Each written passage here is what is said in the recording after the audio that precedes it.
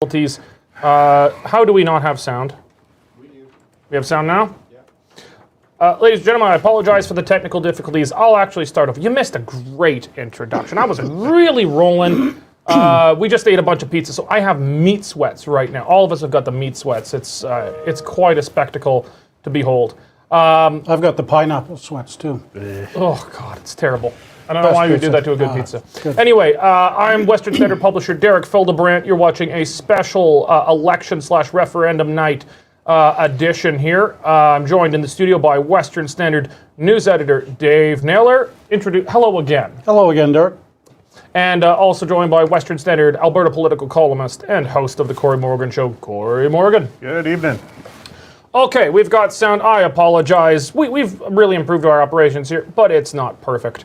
I want to thank all of you for joining us tonight, especially Western Standard members. Thank you for your support. Without you, we couldn't continue to provide Western, independent, bailout-free media to you the way we do. We thank you very much. If you're not yet a member of the Western Standard, go right now. Right now. Go to westernstandardonline.com. Click on membership, try it. You can try it for free for 15 days. It's only $10 a month or $99 for an entire year to get unlimited Western Standard access. You won't regret it. I swear to God, promise. Also, I want to thank tonight's sponsor, the Calgary Shooting Center. Calgary Shooting Center is a fantastic institution in Calgary if you haven't already been. If you haven't been, I don't know what's wrong, but you should go to the Calgary Shooting Center. I like to go there, especially in the winter and in the fall to sight my rifles. It's a great place to train up in advance of hunting season, work on your aim, sight your scopes. I love the place. Absolutely world-class indoor shooting range. You can go there in the middle of winter when it's bone cold and you can still blast away some paper until your heart's content. They got a pistol range that's a lot of fun. Really good pistol range there. They've got the rifle range. Really good place and excellent customer service. When I go in there and I've got like a broken scope or something, they've got a gunsmith in there, and more often than not, they haven't even charged me. They've never charged me for fixing my stuff. Anyway, they're a great place. I'm not just saying that because they're a sponsor. I'm saying it because I love these guys.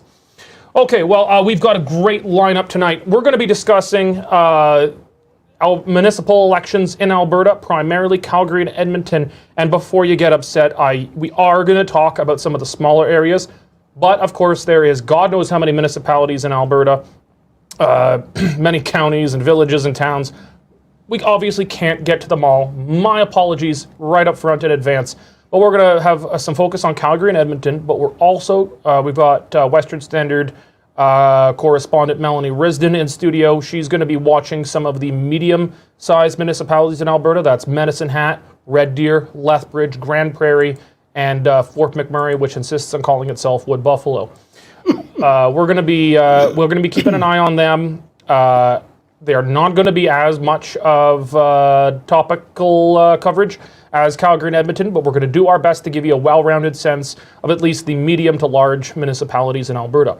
We're also going to be watching referendum madness. We've got referendums, the one that everybody cares about, daylight savings time. We're going to be talking about daylight savings time referendum. Of course, that's not the big one. The big one is fluoride in Calgary.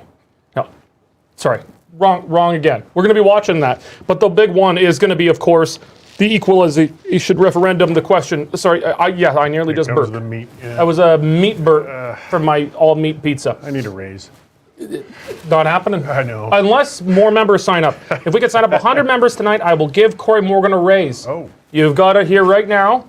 Cory, go sign up like your mom and your cousins, everything you can. You get a raise if we sign up 100 members tonight. Probably sign up 200 if you give me a pay cut. But I shouldn't be throwing that out there. Also, I will, if we get 200 members sign up tonight, I will also cut Cory's pay. Okay, because we're such a good unionized environment here, I can do whatever I want. It's great. Okay, so we're going to be watching the equalization referendum. Now, preface, we're not going to have a final result tonight. In fact, we might not even have a final result for a week. We're going to get bits and pieces coming from all the municipalities conduct the vote. They have a week to send their results to Elections Alberta. But some of the municipalities are reporting unofficial numbers tonight. and we'll bring you what we have there. And from there, we might be able to extrapolate. If Edmonton, which is, I think in polls shown to be... Edmonton is not going to be releasing any No? referendum results tonight. Oh, poo. Okay. Spoil sports. So some municipalities will release results, and we're going to try to extrapolate whatever we can from there. Same with the Senate election. We're not going to have official results tonight, but we're going to be watching the Senate nominee election very, very closely.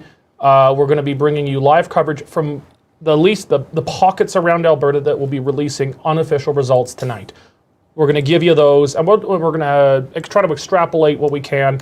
I mean, if, say, a place like Brooks is voting a certain way, there's a good chance a place like Strathmore or Drumheller might also be voting that way. So we'll be able to give you at least some insight in how the Senate election is likely to shake up. We've got great guests. We've got the one and only Danielle Smith joining us quite a few times tonight. We got a rotation. Danielle Smith is on the rotation. We have Vitor Marciano, insider from the Wild Rose days, one of the most knowledgeable political analysts in Alberta. We're going to be bringing you him. We've got Franco Terrazano, the federal director of the Canadian Taxpayers Federation. Used to be an Albertan, now an Eastern Bastard. We got Jonathan Dennis. He is the official agent of the Jeremy Farkas for mayor campaign in Calgary. We're going to be bringing you him. Nadine Wellwood is a PPC candidate for the Senate. We're also going to bring you Erica Barutz, a Conservative Party of Canada candidate for the Senate. And a few others throughout the evening. I've talked long enough. Why don't we put it to Dave? Why don't you tee up what we're looking at tonight? Maybe if you have some insight about who we expect to unofficial results from on, say, the Senate and equalization.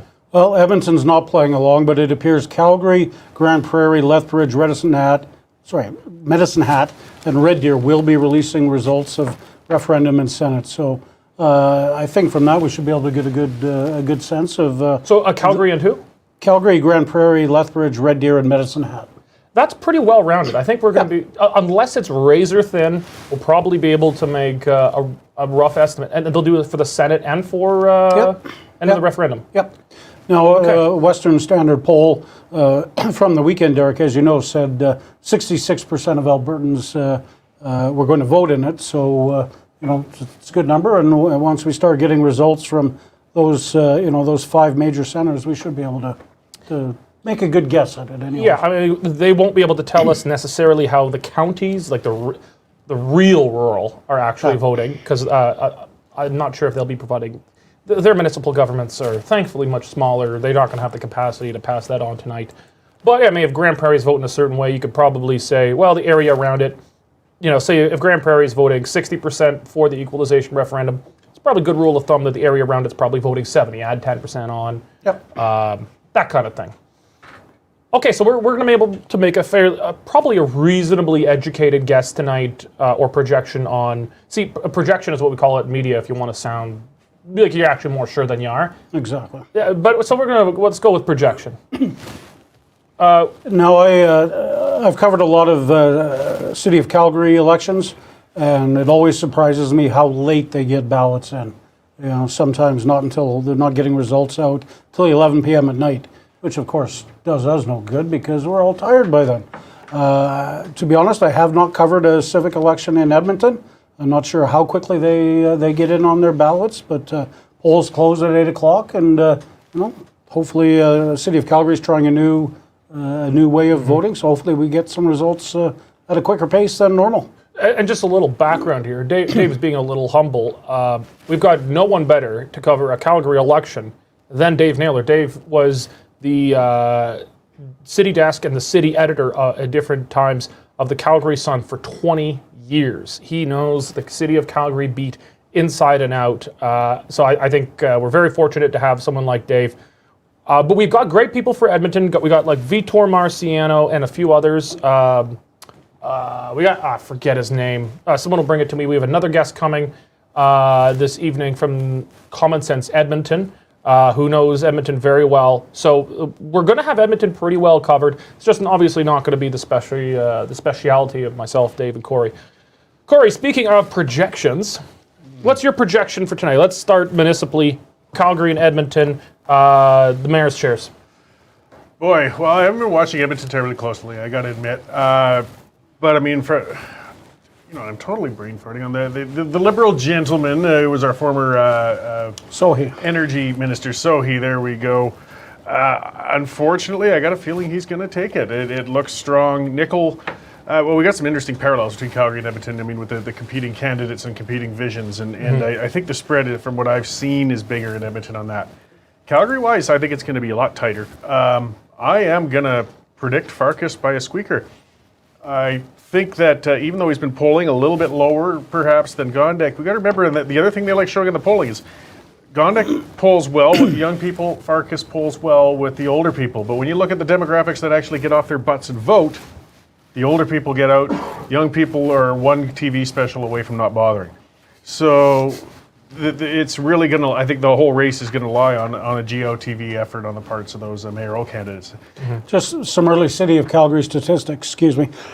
129,500 Calgarians voted until today at 6 p.m. Are we talking, does that include advance polls? The advance polls were 141,000.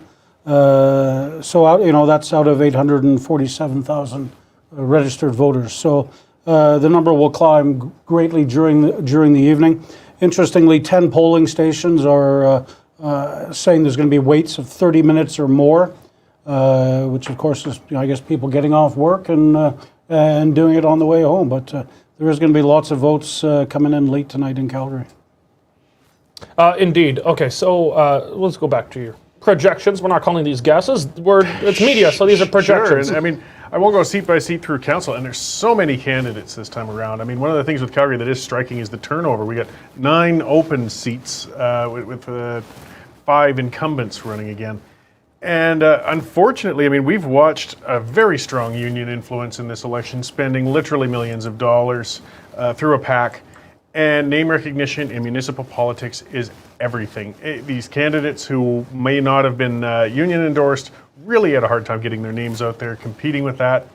I got a feeling they're going to sweep those open ridings a lot. I'm going to bring up a comment here from Shelley Carrington. She says Calgary Council will be union-packed, sad, but probably with the millions spent. Maybe let's talk about that. Union money has been a significant topic of conversation, especially, at least in Calgary here. Dave, I know you've covered this in some of your stories. Why don't you talk about the involvement of union third-party PAC money here? Various unions have put in $1.7 million into Jody Condek's campaign, which is more than all the other 26 candidates will raise amongst themselves. So, as Cory says, it's a significant amount of money. Farkas has accused the unions of trying to buy Gondek, the mayor's chair. City unions have had it pretty sweet under the Nenshi regime with, while the rest of us have been taking pay cuts, they've been getting wage increases. I didn't cut your pay. That's true. That's true. Maybe Cory's, but... Yeah. Well, the rest of us are being underpaid. The unions are getting pay raises during the pandemic. Bullshit. So this is bullshit. So yeah, unions are a very key factor, and to me, it's all going to get who gets the vote out. The 140,000 people that went to the advance polls was double the amount of the last election. Who does that favor? I don't know. I mean, is it Gondek supporters trying to get out in mass? Or? I think some of it is also you've got, I mean, how many candidates have we got in total? There's got to be a couple hundred. I mean, some of them are just names on ballot, but some are active campaigns. And GOTV, as I said, is everything. So, I mean, we've had a lot of people hounding, harassing, phoning, door knocking, more than usual, say, when you got a bunch of incumbents running, making sure people get out there and vote. I mean, you really want to push those advance votes if you're running a campaign. I mean, every one of those is a vote in your pocket you can forget about and move on to the next ones. So, yeah, there's 300 total candidates in Calgary, from school board to mayor. Well, there's 24 to 26 in that range just for mayor alone. I mean, yeah, it's messy, but I think it's a proper way. It shouldn't be that hard to get onto the ballot. It's not like the United States where we have, where the general election is really just a runoff after you have these big open primaries between a Republican and a Democrat. You might then just have like 1 or 2 other candidates on, maybe a big independent. Municipal elections are messy because everyone can run. It's really easy to get on the ballot. and I think it's better than the alternative. So yeah, there are some wackadoodles on the ballot. On the left and the right, there are some real colorful characters, and I don't just mean in the Cory Morgan sense of a colorful character. I mean in the Charles Manson sense of it. Maybe that's a little far, but you know, more Charles Manson than Cory Morgan. Well, that's mixed. Okay, I'm not sure where to go with that. All right. But there's some scary ones. Hey, I've always been harmless, you know, offensive, annoying, even flatulent, but I've never assaulted or threatened. We're going to start this again, Cory. You bought the pizza. Not tonight. Not tonight. I just don't. This room is not well enough ventilated in the evenings. Okay, so let's go back to projections. Let's talk. We'll go Senate, and then we're going to go through the different referendums. We've got the Senate race tonight. We've got 3 PPC candidates, 3 CPC candidates, and I think 7 independents, largely leftist aligned. Some, well, kind of lefty, but are not necessarily aligned with the NDP or anything. Cory, your projections. I think, again, it's that name recognition in the party thing. It's going to be 1, 2, 3. All of the Conservative Party candidates are going to line up. The PPC have been trying hard, and they definitely are going to grab a good chunk of it. I mean, it'll be respectable. But I wouldn't be surprised if one of those independents is a protest vote, just because it's going to gather all of those, you know, people sour on the election altogether. And that's their protest vote. Might come in fourth rather than the PPC candidates. But I think the Conservatives are going to wrap it up. Dave, we've had some. We did some polling on this. We had Main Street Research get out there. Why don't you? That's a pretty good predictor, I think. I mean, polls aren't ironclad, but they're right more often than they're wrong. And mainstream research is very credible. They're more often than not. They tend to get it pretty close, if not always right. Why don't you run us through the results of that poll? Derek, the mainstream poll, 66%, as mentioned, said they were going to vote in the election, with the Conservatives slate holding a solid lead. They were polling in the 30s, the 3 candidates. The PPC, Maxime Bernier's been in Alberta campaigning for them. They're still down in the teenage range. So I am agreeing with Cory that it will be a full Conservative slate. Mainstream President Keto Maggie says he wouldn't be surprised if an independent candidate slipped through the middle and came in and it was a 2-1. So as you mentioned, we won't know the official results until October 26th. I'm not sure why it takes Elections Alberta that long to add up the votes, but final results won't be revealed until then. And then the senators in waiting will start the wait. And they'll probably wait a while. May wait a while until at least as long as the Liberals are in power anyways. Yeah. I don't know. I really am not optimistic for any of the independents, even if I like them. I actually don't know most of them, and the ones I do know, I probably wouldn't be inclined to vote for anyway. Some are socialists kind of running as a joke, which is fair. You don't like the Senate. It's actually kind of an interesting way to protest it, is to run as a joke. And then we've got Doug Horner as an independent. He was Alison Redford's Minister of Finance. I don't know why he didn't try to run under the Tories. Like, he's got family members in the UCP government. But, I mean, that doesn't necessarily mean he shares their politics. But independents do not do well in Alberta. The last provincially elected independent in Alberta, if I'm not mistaken, was 1982. That was Ray Speaker, and he had been the social credit deputy premier and finance minister effectively for decades. There wasn't even leaders' debates back then. This was, you actually elected your MLA, because your MLA actually still mattered a little bit, unlike today. So Albertans just, we always say, hey, we like to elect more independent people, but we never actually do. So, you know, and these candidates can't exactly knock on roughly 1 million plus doors across Alberta to get themselves known. People are going to go vote based on party. A significant number of people might vote independent kind of randomly as a protest. But I don't think most people are going to know, well, which one are the kind of the NDP-aligned ones, which ones are those Alison Redford Tories. I think it's going to be kind of a crapshoot. I think the independents will get a fair number of votes together, but there's 7 of them spread across, and it's going to, I wouldn't be surprised if it kind of roughly equals across them. But you're probably right. The Tory, in one sense, the Tories are very likely to take all top 3 spots. But I would imagine that the next 3 below them, 4, 5, and 6, they're probably going to be the PPC. Okay, well let's get your our predictions for the equalization referendum. Maybe we'll again go back to you, Dave. We didn't pull the issue. We commissioned Main Street Research to pull the issue as well. Tell us what we found there.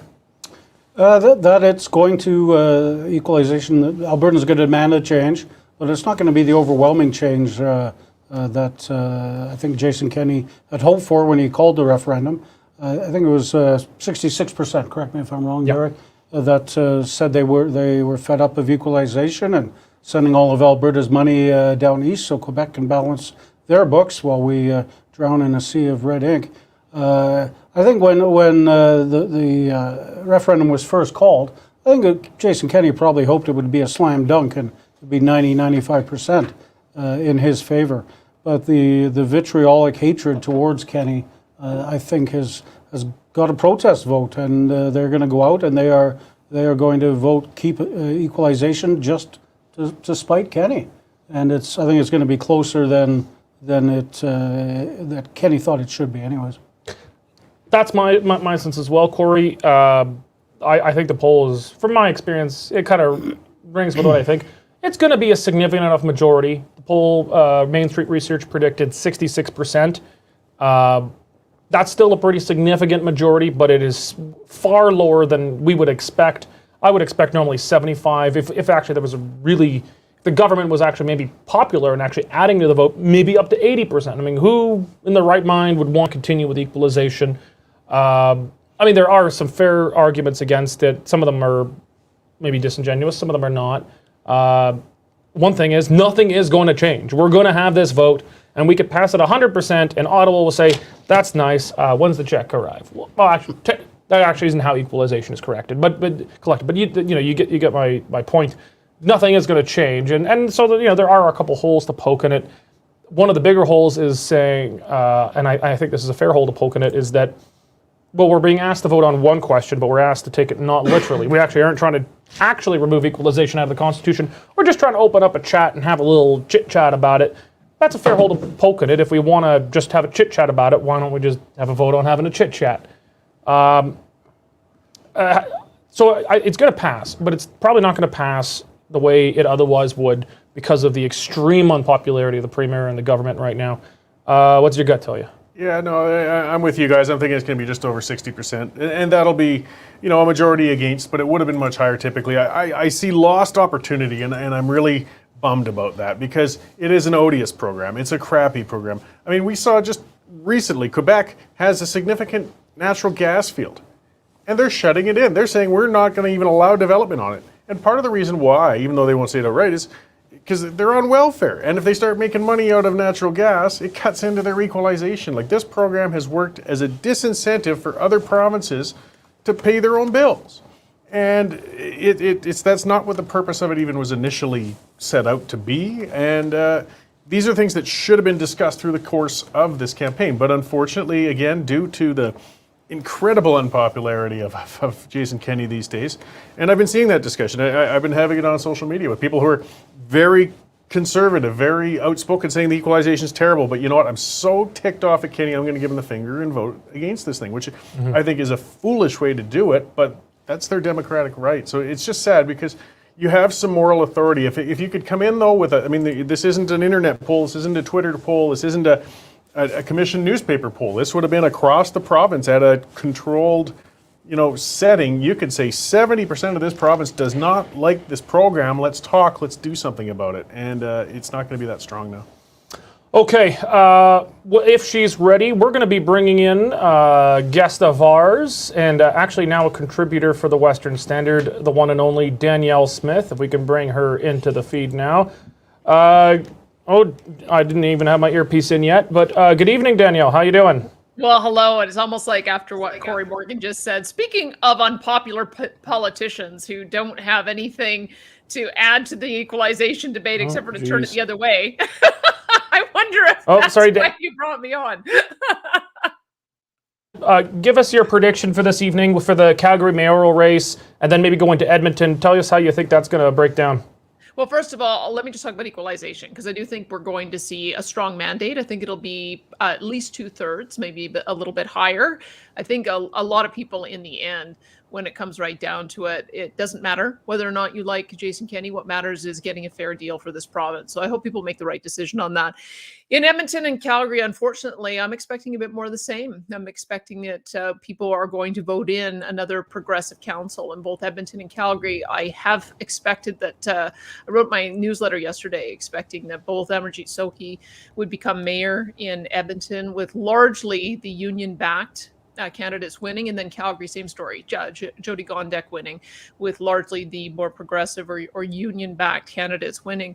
And I think part of it is, and I wish maybe we can talk a little bit about it, I wonder why it is that Conservatives have such a disinterest in municipal politics. They don't give money, they don't volunteer, they don't find out who their candidate is until the last minute. We do seem to have a lot of interest on the part of candidates, so we end up splitting the vote 7 ways from Sunday, but we can't seem to consolidate the vote in any meaningful way that allows us to win seats. And that's what it comes down to. We have to win seats. And the reason why I'm so frustrated that we don't have an interest in municipal politics is that's where politicians cut their teeth. They build their profile. They learn how to do lawmaking so that if they do want to make the leap to provincial or federal politics, they're not an unknown quantity. The left have figured this out. We can't seem to figure it out on the Conservative side of the spectrum. And I'm fearful that we're just going to see a replay of that in both of our major cities tonight. Danielle, you forgive me if you answered this and I couldn't hear it because I was figuring out my earpiece.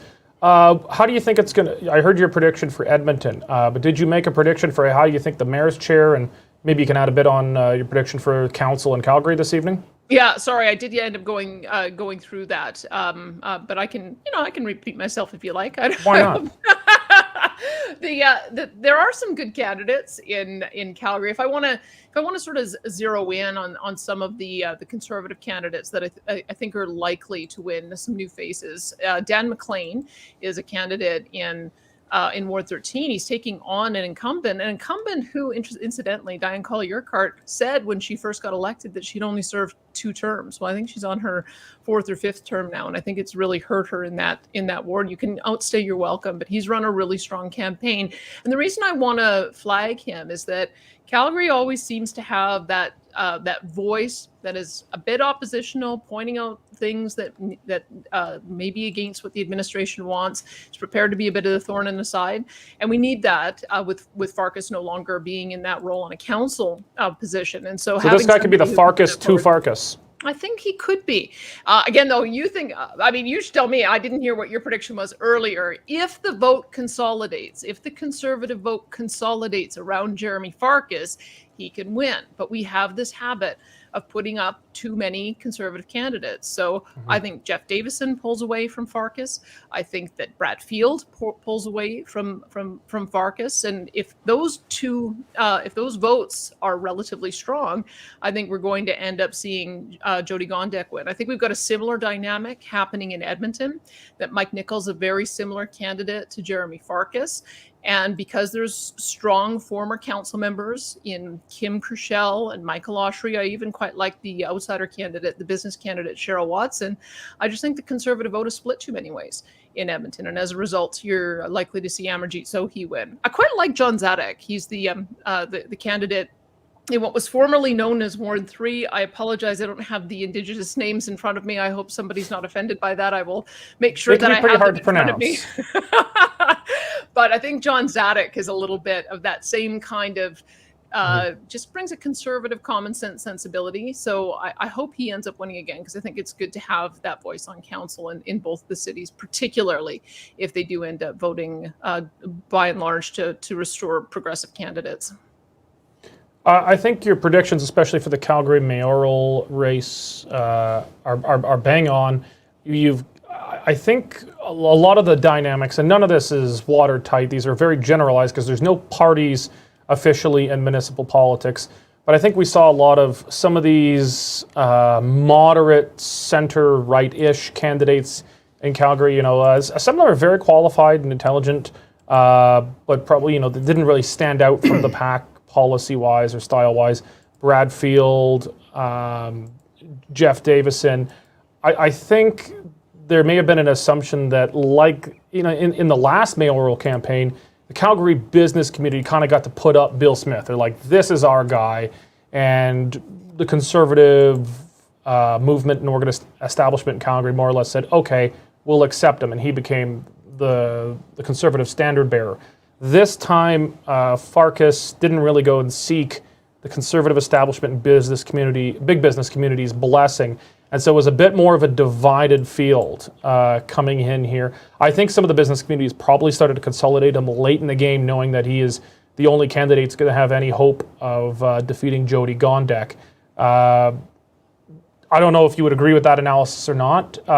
Maybe give me your thoughts and tell me, is it too late, though, for that consolidation to take place? Well, I was supporting another candidate at the municipal level, a guy by the name of Zane Novak, who I thought had a really good resume, good business experience, good experience in the nonprofit sector at the head of the Kirby Center, but he just couldn't break through. But I got approached by Preston Manning a couple of weeks ago saying, maybe you should give Jeremy Farkas another look because he does need to have that consolidated support. And so you're very right. I think that Preston Manning, because Jeremy Farkas was a young protege of his, he worked at the Manning Center. He was responsible for that vote tracker and also the reports that found out that Calgary City Council was one that met behind closed doors more than any other major council across the country. So he came in with a pretty good pedigree.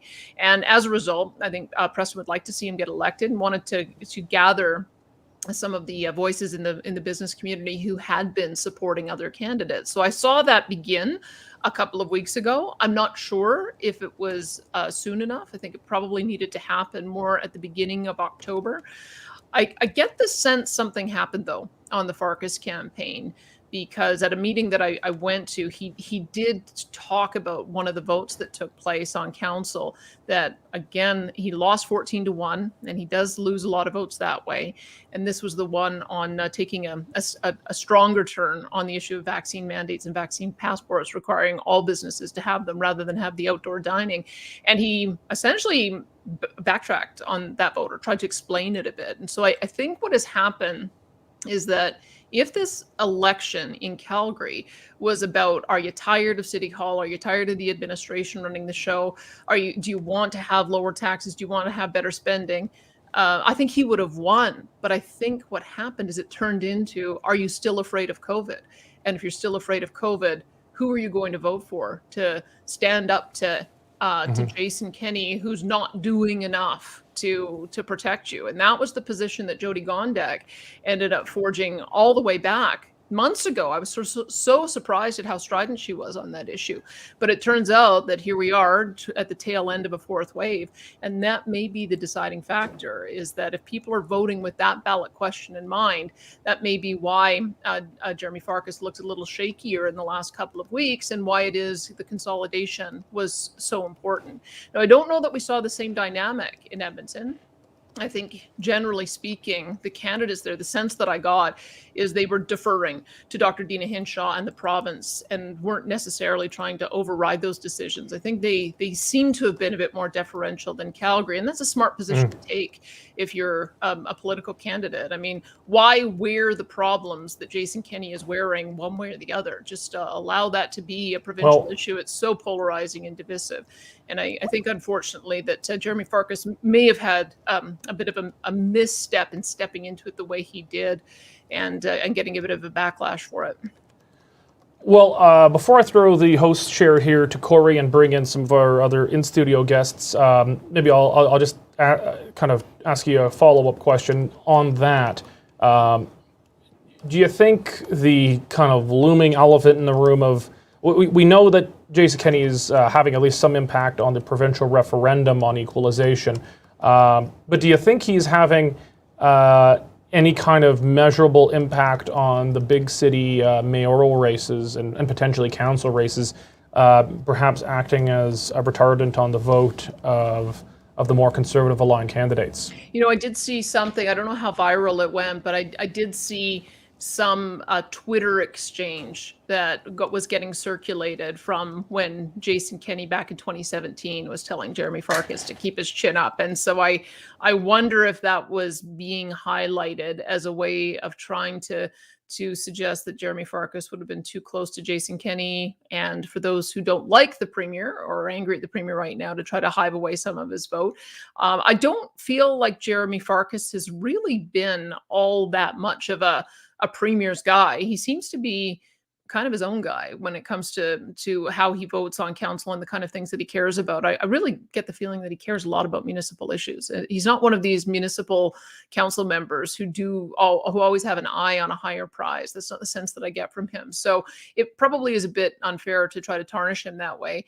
And I watched Mike Nichols' campaign pretty closely because I was on his email list. I didn't get the sense that he was trying to embrace the provincial party in any way either. So it could well be that the two candidates that you would think would be most aligned with the UCP were taking great effort to make sure that they didn't get too closely tied or tarnished by some of the premier's problems that he's having right now in popularity.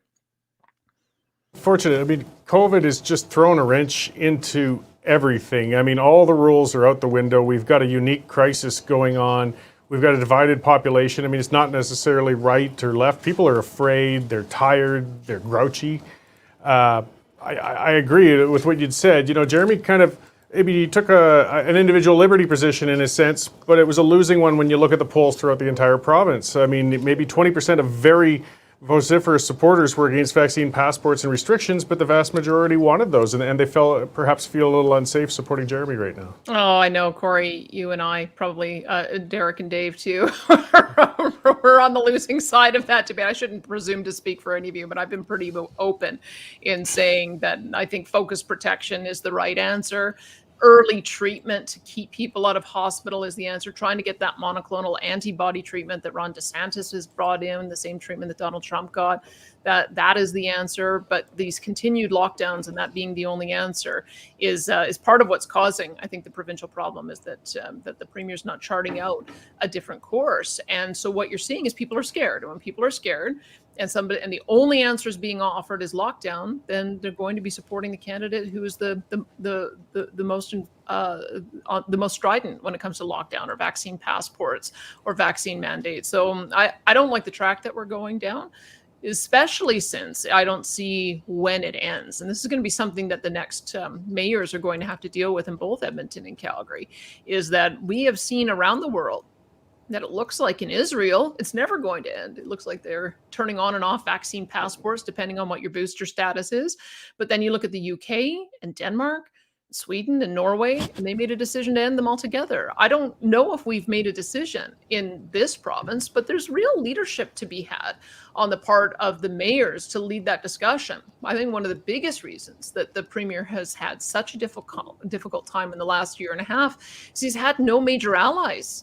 He's had essentially the mayor of Calgary, Naheed Nenshi, saying, hit us harder. Same with Don Ives in Edmonton, hit us harder. Same with Rachel Notley, hit us harder. And so it would be nice to see some balance and some support for the premier to be able to be encouraged to take a position that's more along the lines of liberty and the true balance of lives and livelihoods. I don't think he's had an opportunity to do that because he doesn't really had anybody who's been pressing in favor of that, aside from a few voices in the commentariat.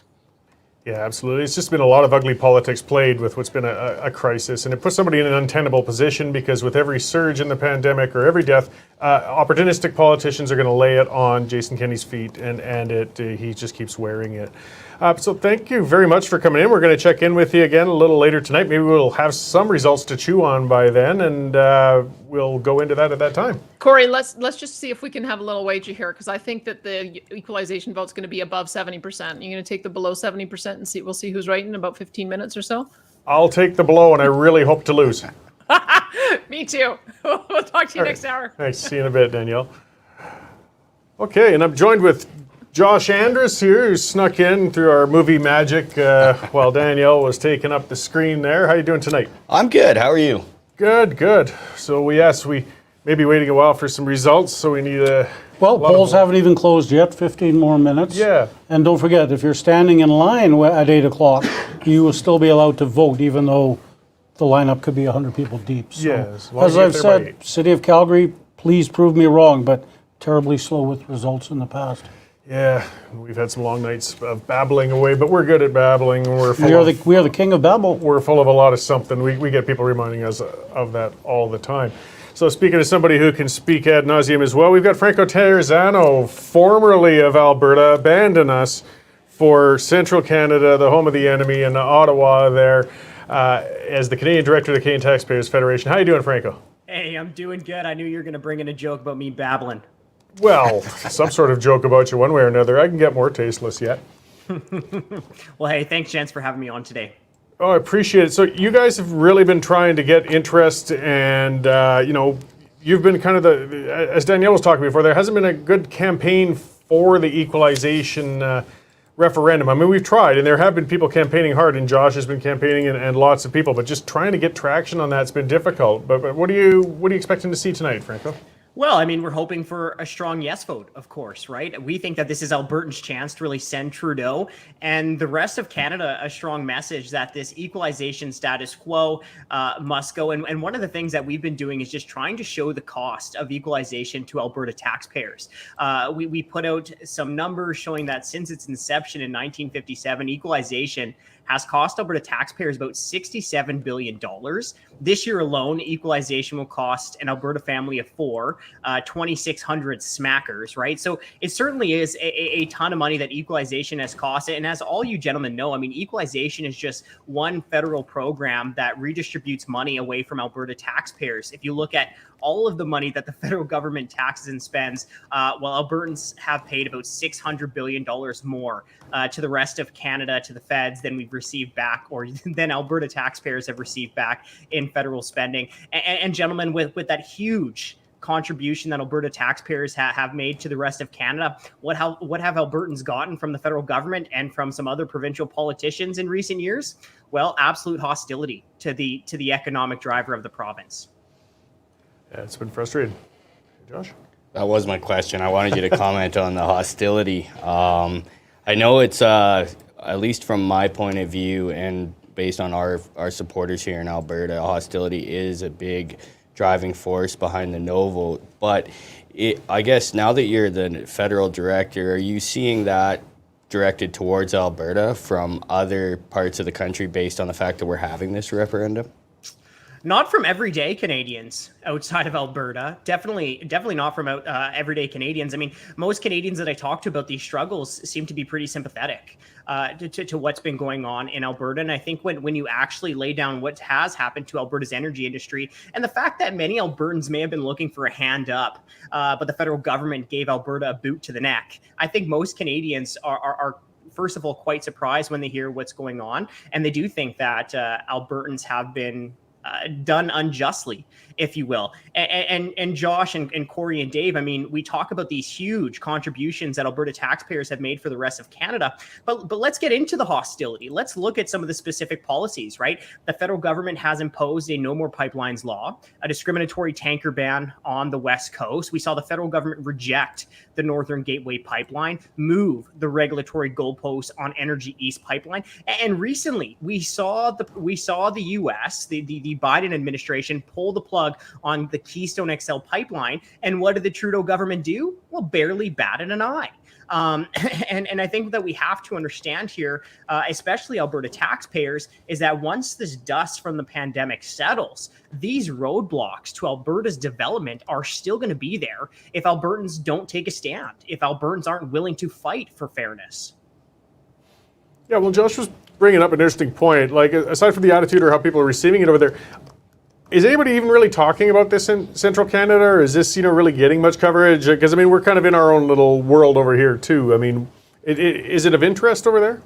Well, I think it's going to get more coverage if there is a clear majority vote on the yes side, right? If the clear majority of Albertans show up, they vote that the status quo and equalization must go, I think that's what really pushes the narrative to kitchen tables from coast to coast. Now, one thing I want to talk about too is I'm the federal director now here in Ottawa. Well, it's in the best interest of all Canadians to really take a hard look at equalization and to really tackle this federal scheme for a bunch of reasons. But let's start off with just the federal government's debt. $1 trillion in debt. Of course, equalization is a federal program. But let's look at the numbers here. When it was first created in 1957, equalization was about $1.3 billion in today's dollars. Today, is $21 billion. So that's a 1,500% increase to the size of equalization, to the cost of equalization. And we can't even say that this program is benefiting Canadians. I mean, first and foremost is the reason that when you have these provinces that receive equalization dollars from the federal government, well, it lets those politicians rely on bad policies. It lets those politicians rely on tax dollars from other provinces. It lets them rely on that more, and it allows them to rely less on good, solid economic policies to actually grow their provinces' economies. Yeah. Actually, no, I don't have anything. That's all right. Hey, let me keep babbling. Yeah, then, keep talking. on a few more reasons that Canadian taxpayers, even outside of Alberta, Saskatchewan, places like that, should really want to tackle this equalization scheme. So first of all, the whole intent of this program is to equalize services across provinces, right? To make sure different provinces can offer a relatively equal level of government services across Canada. Now, that sounds nice in theory. Of course, in practice, what we've seen is that it's forced taxpayers in places like Alberta to directly subsidize politicians in places like Quebec who seem intent on roadblocking Alberta's development. Now, that's completely unfair. But the thing that we also have to remember here is that this is a federal program. How is the federal government going to be able to equalize provincial government services across Canada? Right? We have to think about that for a second. But another point that we need to remember here is that just because you throw more tax dollars at any type of problem, it doesn't mean it's actually going to improve the problem. We've seen that firsthand in Alberta, right? The Alberta government is, the last I checked, was the biggest per person provincial government spender. If it spent like the other large provinces, it would spend about $10 billion less, of course, on a per person basis. Look at healthcare. Alberta, I believe, the last I checked, was the second highest per person spending on healthcare. But the Blue Ribbon panel showed that the Alberta government doesn't deliver the best services when it comes to healthcare. So what makes us think that just throwing more tax dollars to some of these provinces are actually going to make these provincial governments offer better services? I think it's completely absurd. And one more point, gentlemen, and then I'll stop babbling. But just think about how absurd this program is. When you have Newfoundland and Labrador, that is a so-called half province, where their taxpayers pay into this through their federal taxes, they don't get any of the equalization money back. But just before the last federal election, the Trudeau government announced a $5 billion bailout to Newfoundland and Labrador. How absurd is that? The system's not working if they're going to go to a side bailout with it. And Teresa, one of the commenters, pointed out, and it's something I ranted a bit about before too, but Quebec has a good, viable natural gas field. We know in Alberta, those gas royalties, as you said, yeah, we could piss them away quite effectively, but all the same, they are a good government revenue. Quebec said, we're not even going to develop it. We don't need it. We want Alberta to keep developing theirs, but not send pipelines across our province, but we want the money. That gets really tiresome. Well, you know what? Underlying this whole assumption of equalization is essentially that policies don't really matter, right? Essentially, that certain provinces just stumble into extra wealth and resources, and that, because of that, they should be able to pay for other provincial government services. Now, of course, we're talking about provincial taxpayers, not provincial governments. But let's tackle that assumption, because of course we know that policies absolutely do matter, right? Not only was Alberta blessed with natural resources, but Albertans have had pro-entrepreneurial policies in the past. Right? Like, that is a huge factor in all of this, where you look at some of these have-not provinces, they haven't had pro-resource development policies. So I feel like underlying the whole assumption of equalization is that, well, policies don't matter, but of course they do. And I think we need to take that into consideration as well. We certainly shouldn't have a almost no strings attached program that is just redistributing money essentially from taxpayers in one provinces to provincial governments in another. Yeah, just on policy and so on, and the debt. Most provincial governments over the past 18, well, probably longer months, have seen their debt levels increase dramatically.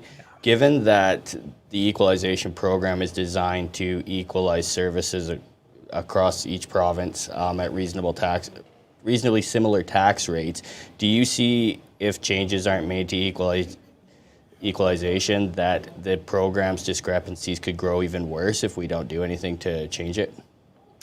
Do I think the negative incentives from equalization could get even worse?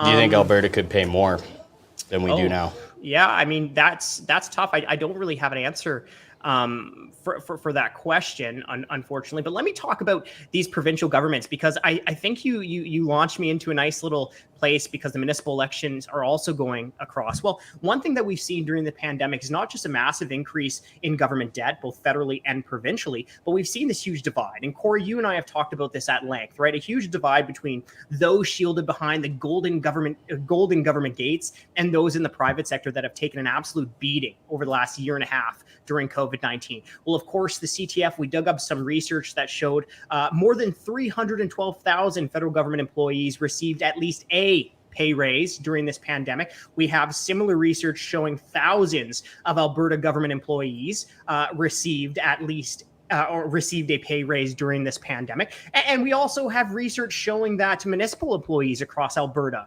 have received pay raises during this pandemic, many of them, thousands just in the city of Calgary alone. And I think no matter whoever forms the whole council in Calgary or the other places in Alberta municipalities, they're going to have to tackle this divide unless they want this discrepancy to grow larger between the private sector and public sector. Now, one thing that we've done a lot of research on is that there is many City of Calgary employees who will receive either 2 or 3 pensions when they retire, which is an absolute slap in the face to so many Alberta taxpayers, especially when you consider the fact that the vast majority of Albertans working outside of government don't receive a workplace pension at all. So I'm going to throw something different out. Since you're a national director these days, the big wig with Canadian taxpayers, if this comes out well, though, we get a strong mandate against equalization from Alberta. Hopefully, Premier Kenney has his things together that he can take that and start negotiating or pushing at least and saying, we've had enough. Is there room for other provinces to, as you said, it's not serving Newfoundland very well right now. It's not serving Saskatchewan.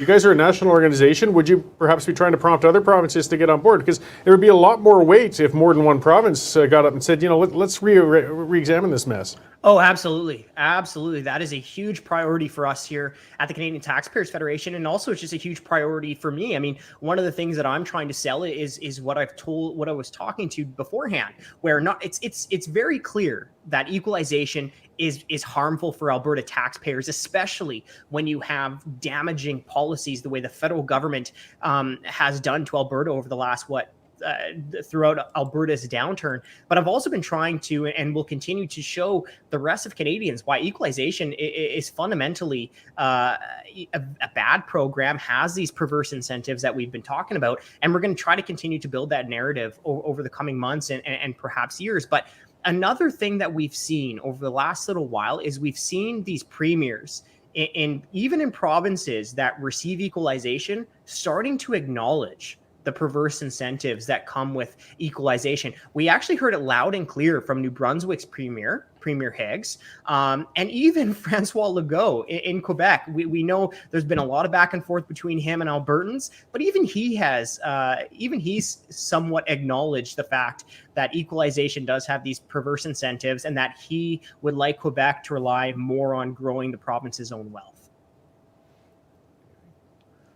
All right, well, we're coming up on the top of the hour, so anybody who's in line to vote in Alberta right now, they're going to draw that line on the sidewalk and say everybody in line at this point can vote and everybody else is done. So I hope as many people as possible got out. We had some interesting advanced polling numbers coming out there. And hopefully with those shiny new voting tabulation machines, the City of Calgary will have some results in before 1 in the morning or something for us to start chewing on.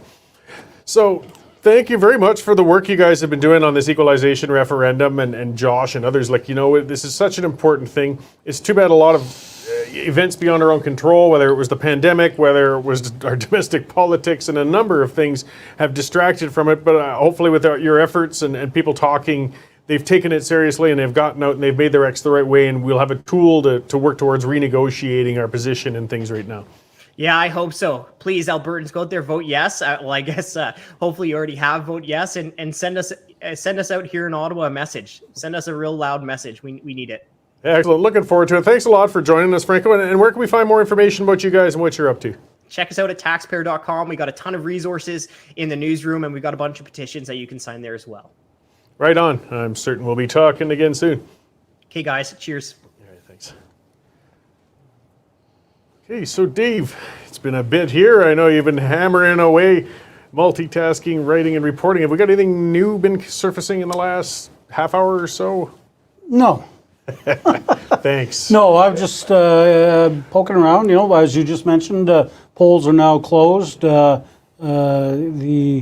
counting, I guess, will not start until everybody's that's in line is done. And just hopefully we get some results coming in soon. Maybe have you looked into this very much? I mean, I know there's the whole Dominion counting machine thing, and Calgary's not using those, but I believe Edmonton is. Whether that'll impact things or not, I personally don't think so, but I know a lot of people are very concerned about it. Have you seen any reports though on the types of scrutineering they're going to have, or things? Candidates can have ways to watch these things and make sure that things haven't been rigged. I mean, they're keeping paper backups and things such as that, right? Sure. Yeah, each camp will have their scrutineers in the counting rooms, but it's just traditionally been very, very slow in Calgary. And it frustrates the hell out of the media because they're all sitting there, just like us, talking about, just talking about babbling on and stuff like that. To me, there's no reason why votes can't be tabulated quickly. Votes can't be tabulated every couple of hours, so you've got a running total. Why can't the counters, have got the number of votes ready to go within an hour? Surely you look at the federal election, they got their results out very quickly.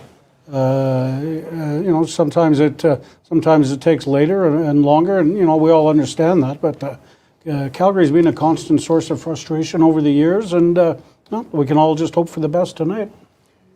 Yeah, well, we'll be looking forward to it. I should put that out there, and a reminder.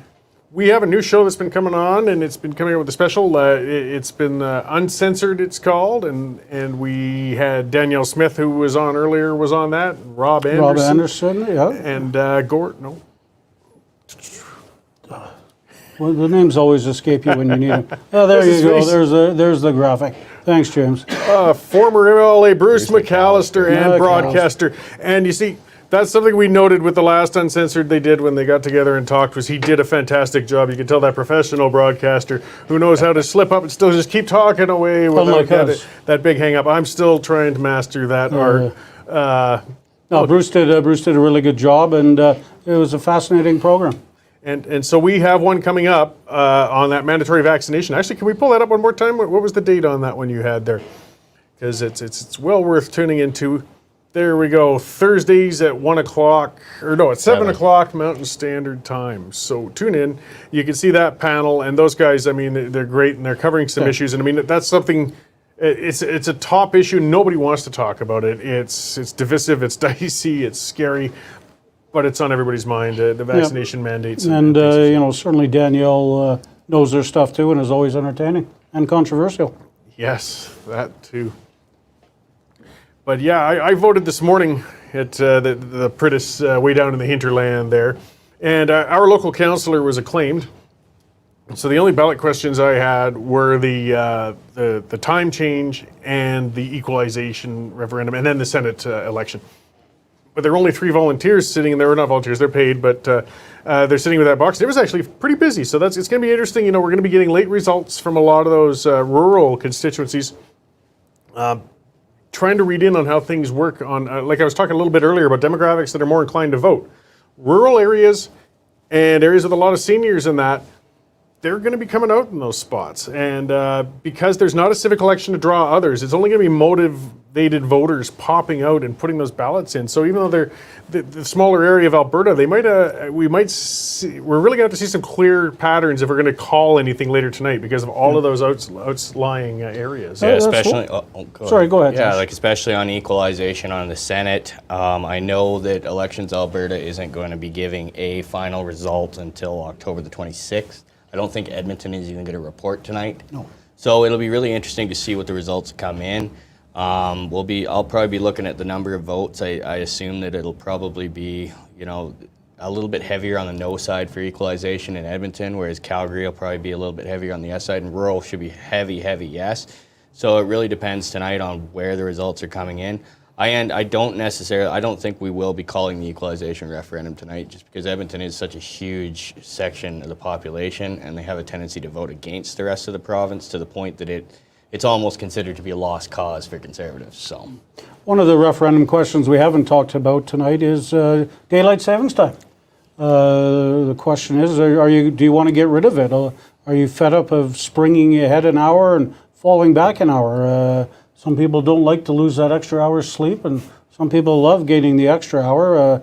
It's going to be interesting because if it's approved, it's going to mean, in the winter in northern Alberta, you're not going to see sunrise until 10:30 in the morning.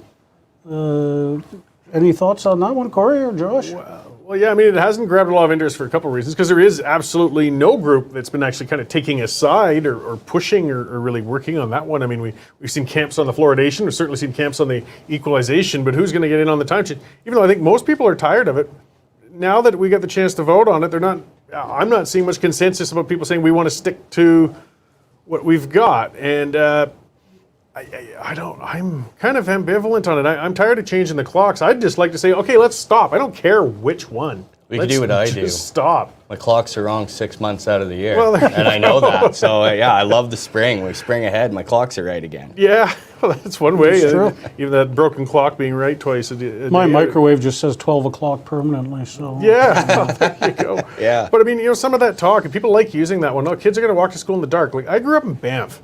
We had mountains to the east of us, and on the west side of the province.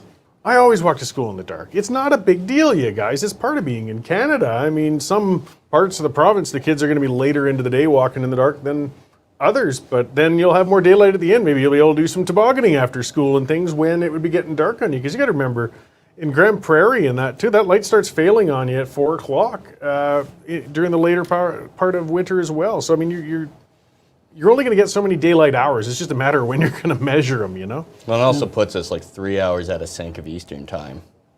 I think, isn't it? Or is it 1 hour out of sync? That's a good question. It hasn't been well discussed, and that's why There's not a lot of information. I voted no, so that's... Yeah, I mean, the only thing I can think, though, is I hope it's definitive one way or another, because then it will turn into a fight. If it's 51% say change it, we're going to hear about it. It's going to go. Or the other way around, too. Then it'll turn it from something that nobody was interested in into a battle. Yeah, I honestly hope it's like 50-50 just so we can watch the fallout from it. We watch the world burn a little what's bit. going to happen to the time change, Either way, it's not going to affect turning back the clock at the end of this month. May next month, or next year, but not this month. And fluoridation is the other one that we haven't talked about. It seems to be every election a plebiscite on fluoridation, and it's in, out. Cory, your thoughts? Yeah, the old in, out. Well, fluoridation, and I'm old enough, we're of similar vintage. We've been through that discussion a time or two, or of the vintage to remember Clockwork Orange. Yeah. I'm sick of it. I'm of the line. I mean, I think the science is there. It's good for teeth. It's good for kids. But is it the role of government to stick it in your bloody water? If you want it, go to the pharmacy and get fluoridated toothpaste or mouthwash or drops or rinse. It's just in case it comes down to the liberty. Is that the role of government to worry about my kids' teeth? That's my view on it. But where it's going to land on the referendum, I don't know. The opponents argue, why should their grass get fluoridated? When you're watering the lawn. It's I think the only thing that's going to come out of this is it's going to be on the next election as a plebiscite. Oh, yeah. Always We'll is. be Always voting is on in this Calgary. every 4 years. It's Yes. a Calgary tradition. We'll put it back in, then we'll take it out. We'll put it back in, and then we'll take it out. Yeah. That's fluoride, yep. Well, it's funny because this time when they took it out, it was actually kind of a left-wing initiative. It was Drew Farrell who was really pushing that with the anti-fluoridation movement, who later Drew turned into, by the way, though, we do want to make it basically a gun to your head to get a vaccination. So Drew is a little inconsistent in her forced medication by the state thing, but a lot of people are. Yeah. Cory, let me ask you this question. I guess tonight is Naheed Nenshi's last day of power. They lit up the Calgary Tower last night in purple in his honor. You're not a big fan. No. You've written that you're not a big fan. What do you think of the 11-year reign of Nenshi, and what are his legacies going to be? Well, I mean, from the social justice standpoint, it was a person of color who came in, and I think at that time people saw him as a fresh voice. I mean, he campaigned as a pro-business, new voice to rejuvenate. His legacy, though, I mean, look at it right now. I mean, you can blame a lot of outside things, but I saw, in my view, a progressive urban planning vision clashing with economic reality. We've got a hollowed-out donut of a downtown with some of the most impressive empty bike lanes on the planet. We've got a tense and hostile city council like none we've seen in a decade. We've got, plus fighting with the regional areas, the municipal plans. He had protests from the businesses with the business tax hikes. I know his fans are certainly going to celebrate him and think he was a fantastic mayor, but personally I think he was a very, very polarizing, divisive, ideological man, and I'll be happy to see his backside on the way out, and it's unfortunate that Nenshi is probably going to replace him. So I'm going to throw a question back at you. We vote on senators today, and we might not have the results for a while, but do you think that Trudeau will appoint Nenshi to the Senate, almost to point a finger back in Alberta saying, ha, I'm not going to do what you want? That's It's speculation, I know. It's speculation. I guess the question for Trudeau is, would Nenshi go and fall asleep in his Senate chair like all the other senators seem to do, or would he become a pain in the butt and become an activist senator? I don't think Nenshi's ego would allow him not to have some sort of impact or try to become a force in the Senate. Trudeau could be asking for trouble if he does that. Yeah, well, in the Senate's where political careers go to die, and Nenshi's still relatively young and has ambition, and he's vain enough. I mean, does he want to sleep in the sleepy Senate? He wants to be front and center. He wants to cut those ribbons. He wants to lead those parades. I don't think he's going to go there, but we'll see in the near future. I had him pegged for Governor General, but I was a bit wrong on that prediction. Yeah, well, there still might be time. Okay, so we have a plethora of guests on the panel ready to go here. So we had a bit of a shift. Maybe I will bring them both in and just get some talk here. We've got Jonathan Dennis on and Vidor Marciano. Maybe I'll start with Jonathan quickly just to get thanks for joining us, Jonathan, and get an update from where you're at there. Thank you for having me. It's been a very long campaign. I've been very privileged to work with someone I really saw grow and someone I admire more every day, and that's who I'm hoping to be our mayor, Jeremy Farkas. Excellent. Well, thanks. And things are just, I guess, starting to get rolling at the headquarters now. The voting just stopped about 15 minutes ago, and everybody's in eager anticipation. Well, the voting has stopped, but I'm getting reports from other parts of Calgary, particularly in the outskirts of Calgary, where ironically there is a higher propensity to vote Conservative, that there are still long lineups. So what the law is on this is if you're in line at 8 o'clock, you still get to vote regardless of how long that it takes. And if you recall correctly, there was a issue with this in 2017. I had hoped that Elections Calgary would have fixed this by this time. Yeah, we keep hoping that our election systems will fix all sorts of things, and it never seems to change year after year after year. It seems to be almost getting worse. I mean, some really late nights waiting for results. But at least let's look on the good side. The weather's pretty nice for this time of year. I mean, it could have been people standing outside in minus 20 and a snowstorm, so we have that. It has been a good day, and we're hoping for a positive result. But again, the votes, until the last vote is counted, you don't have a result.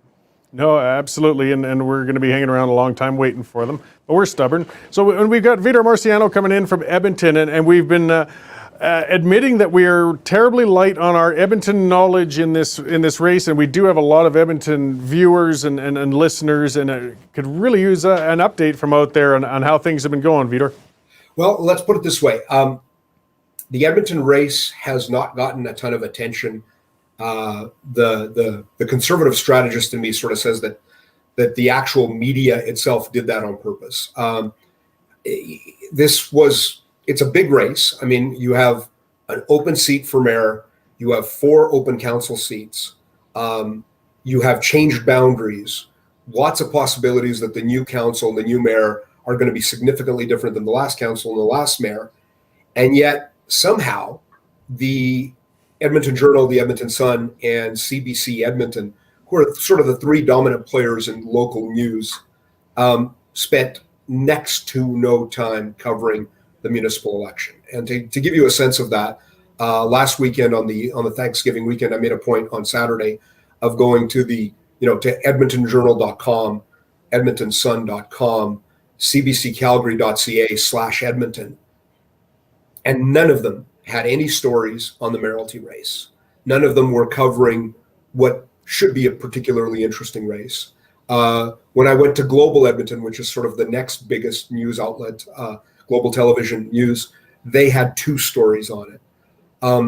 The net effect of that is that they've made this election into a little bit of an election about name recognition, and frankly, that benefits 2 of the top candidates for mayor, Mike Nicol, who's center right, and Amarjeet Sohi, who's center left. And in an election where very few issues get discussed, and there's only an extended amount of coverage, or there isn't any extended coverage, there's minimal coverage, it becomes about personalities and name recognition. And in Edmonton, if you can roll up the Liberals and the New Democrats, you've got a pretty good chance of beating the center-right candidate. So we're going to have an interesting election tonight in Edmonton. We're going to see if Mike Nicol can maybe take advantage of an increase in enthusiasm amongst his supporters. His supporters are probably fewer in number than Amarjeet Sohi's supporters, but they're probably more intense. And maybe they'll show up in higher numbers, and that will get Mike a win. Like Calgary, right now, there are people still in line to vote. We expect that there'll be parts of the city of Edmonton where they'll be voting right up until about 8:45. Then the results come in relatively quickly after that, because we're using the scan machines. So you get announcements pretty quickly after that. But it's going to be a close election in Edmonton. I expect Mike Nicol, if things go well, could beat Amarjeet Sohi. If things go as expected, he'll lose, but not by very much. And then we've got some interesting open council seats, and it could change the nature of Edmonton City Council, which is, strangely enough, more centrist and more fiscally responsible and less woke and odd than Calgary City Council. But probably that comes as a function of the factor that we pay a lot more taxes up here in Edmonton than Calgarians do. And when you get an extra, say, $1,000 to $2,000 per home in property taxes, it removes some of the pressure on the bureaucrats and on the civic workers and on the municipal councillors. Yeah, well, and you brought up some interesting points. Like this, getting out the vote is going to be so critical in this one. It sounds like the races on both sides are going to be quite tight. The other thing that was pointed out was name recognition is so critical. We see that in Calgary. We've got 27 candidates, and I know some of them are certifiably insane, but there's some reasonable ones in the middle of the pack there too. But the top 3 by far were incumbent councillors going into this race. And in Edmonton, the top 2 are a former councillor and a former Liberal cabinet minister. Jonathan, how have the GOTV efforts been going out on Farkas's campaign today?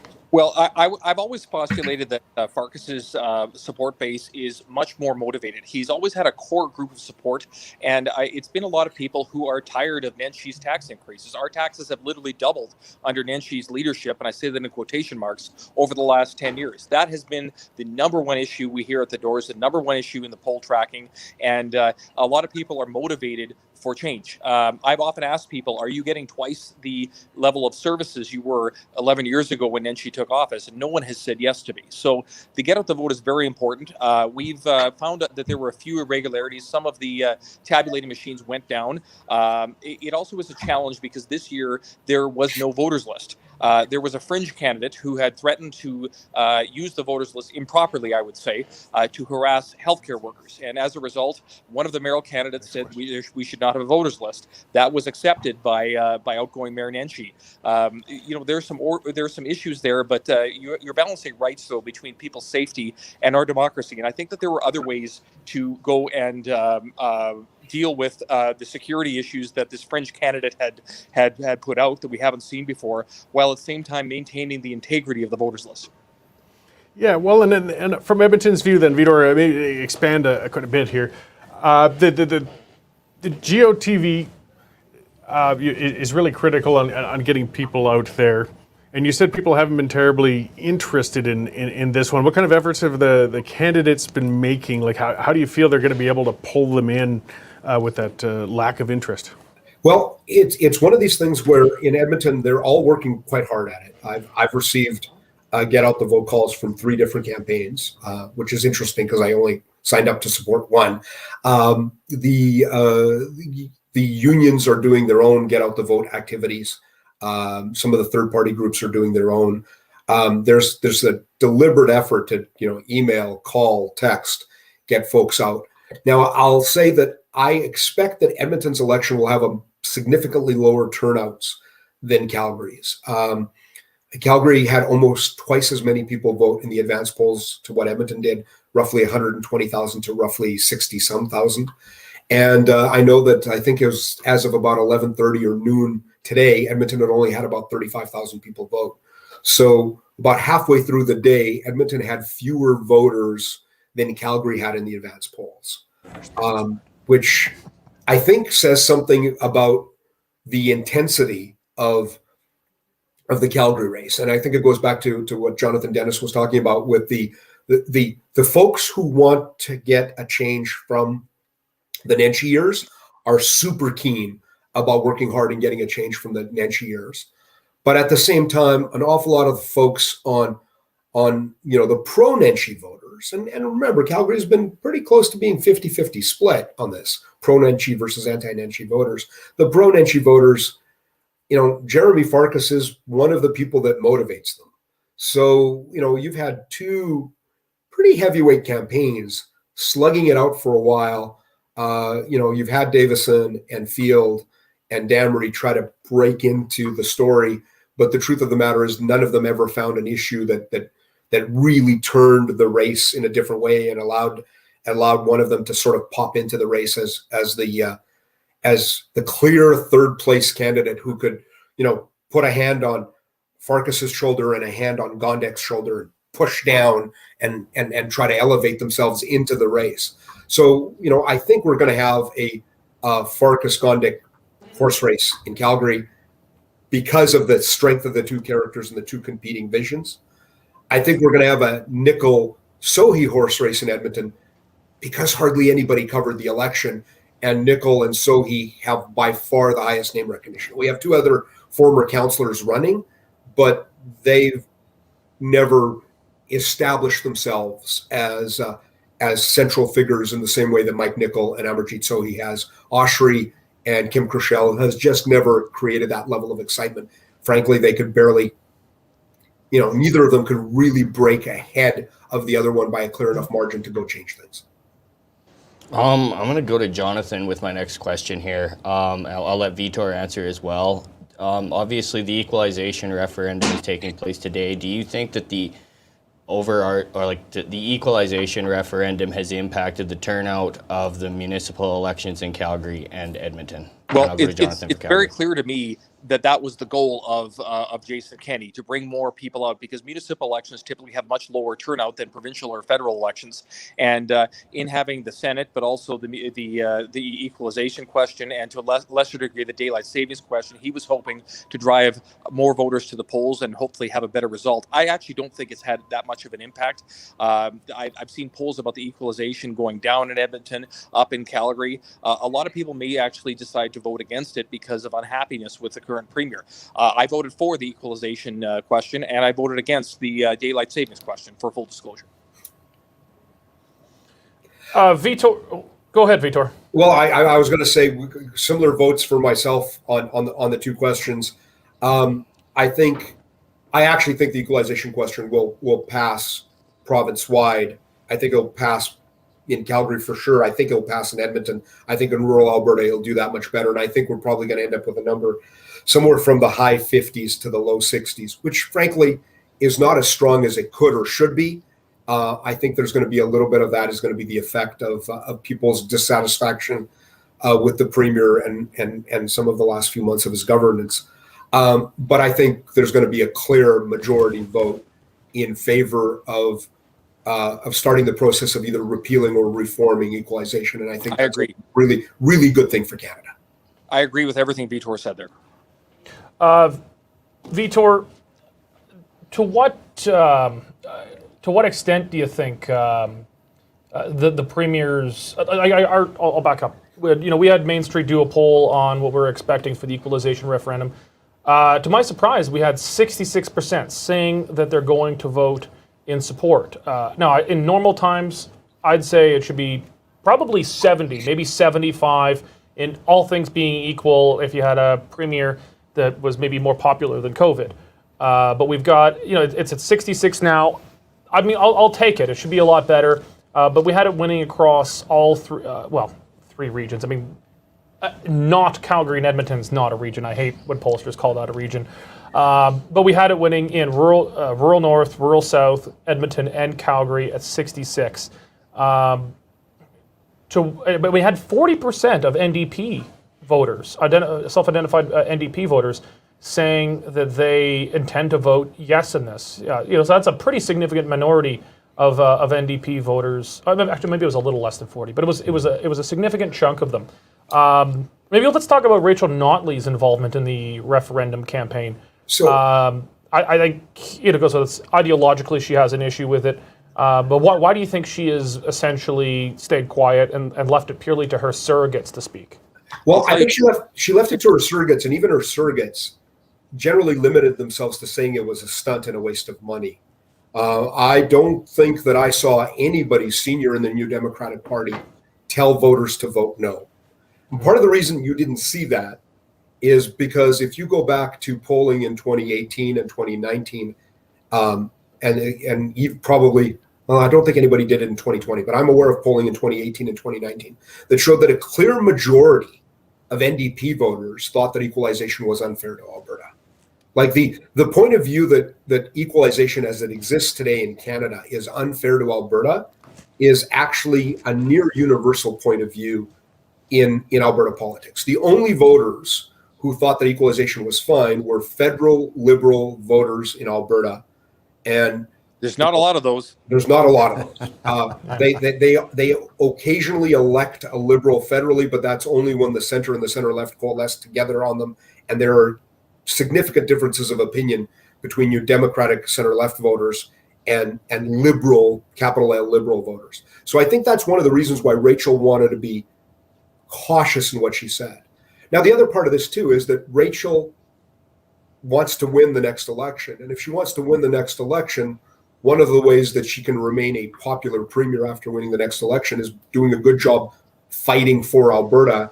And one of the obvious places that exist to have that fight is with the rest of Canada in terms of the fairness of equalization. And, it can't be overstated enough how ridiculously unfair equalization is. The principle might make sense, but the truth of the matter is that equalization as it exists in Canada is a big tax on Alberta, a small tax on Ontario and British Columbia to sustain the poor provinces and Quebec. And I say the and Quebec very distinctly between 2014 and COVID. You take the 2014 through 2019 budget years, Quebec ran up $20 billion of annual surpluses and started creating a rainy day fund that is very comparable to the Heritage Fund, even though they didn't generate any of that money. They literally took money that the federal government took from Alberta in federal taxes. I'm not going to lie about how it works. It's federal taxes, moving to Ottawa, and then going to places other than Alberta, so that we pay more than we get. Quebec gets more than they pay year after year after year after year. They rig the system. They play games with how their big industries get taxed. They play games with how they do electricity, and they end up subsidizing their own ratepayers in Quebec, which subsidizes both their industry and their consumers, reduces government intake, allows them to get that money made up for from Alberta. The system is unfair. It needs to be fixed. There will be tremendous pressure from Alberta to fix it. It'll be one of a handful of questions that I think are going to lead to constitutional discussions in the next 18 to 24 months. The one Thank you, Vitor. We're going to come back to you in a bit. Thank you for sharing your time with us.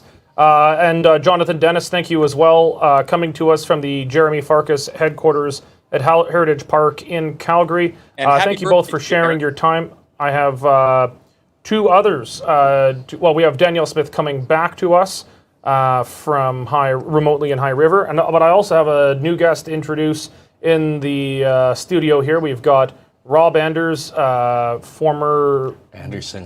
Bob. Oh my God! I know. I did it. That's like I did it.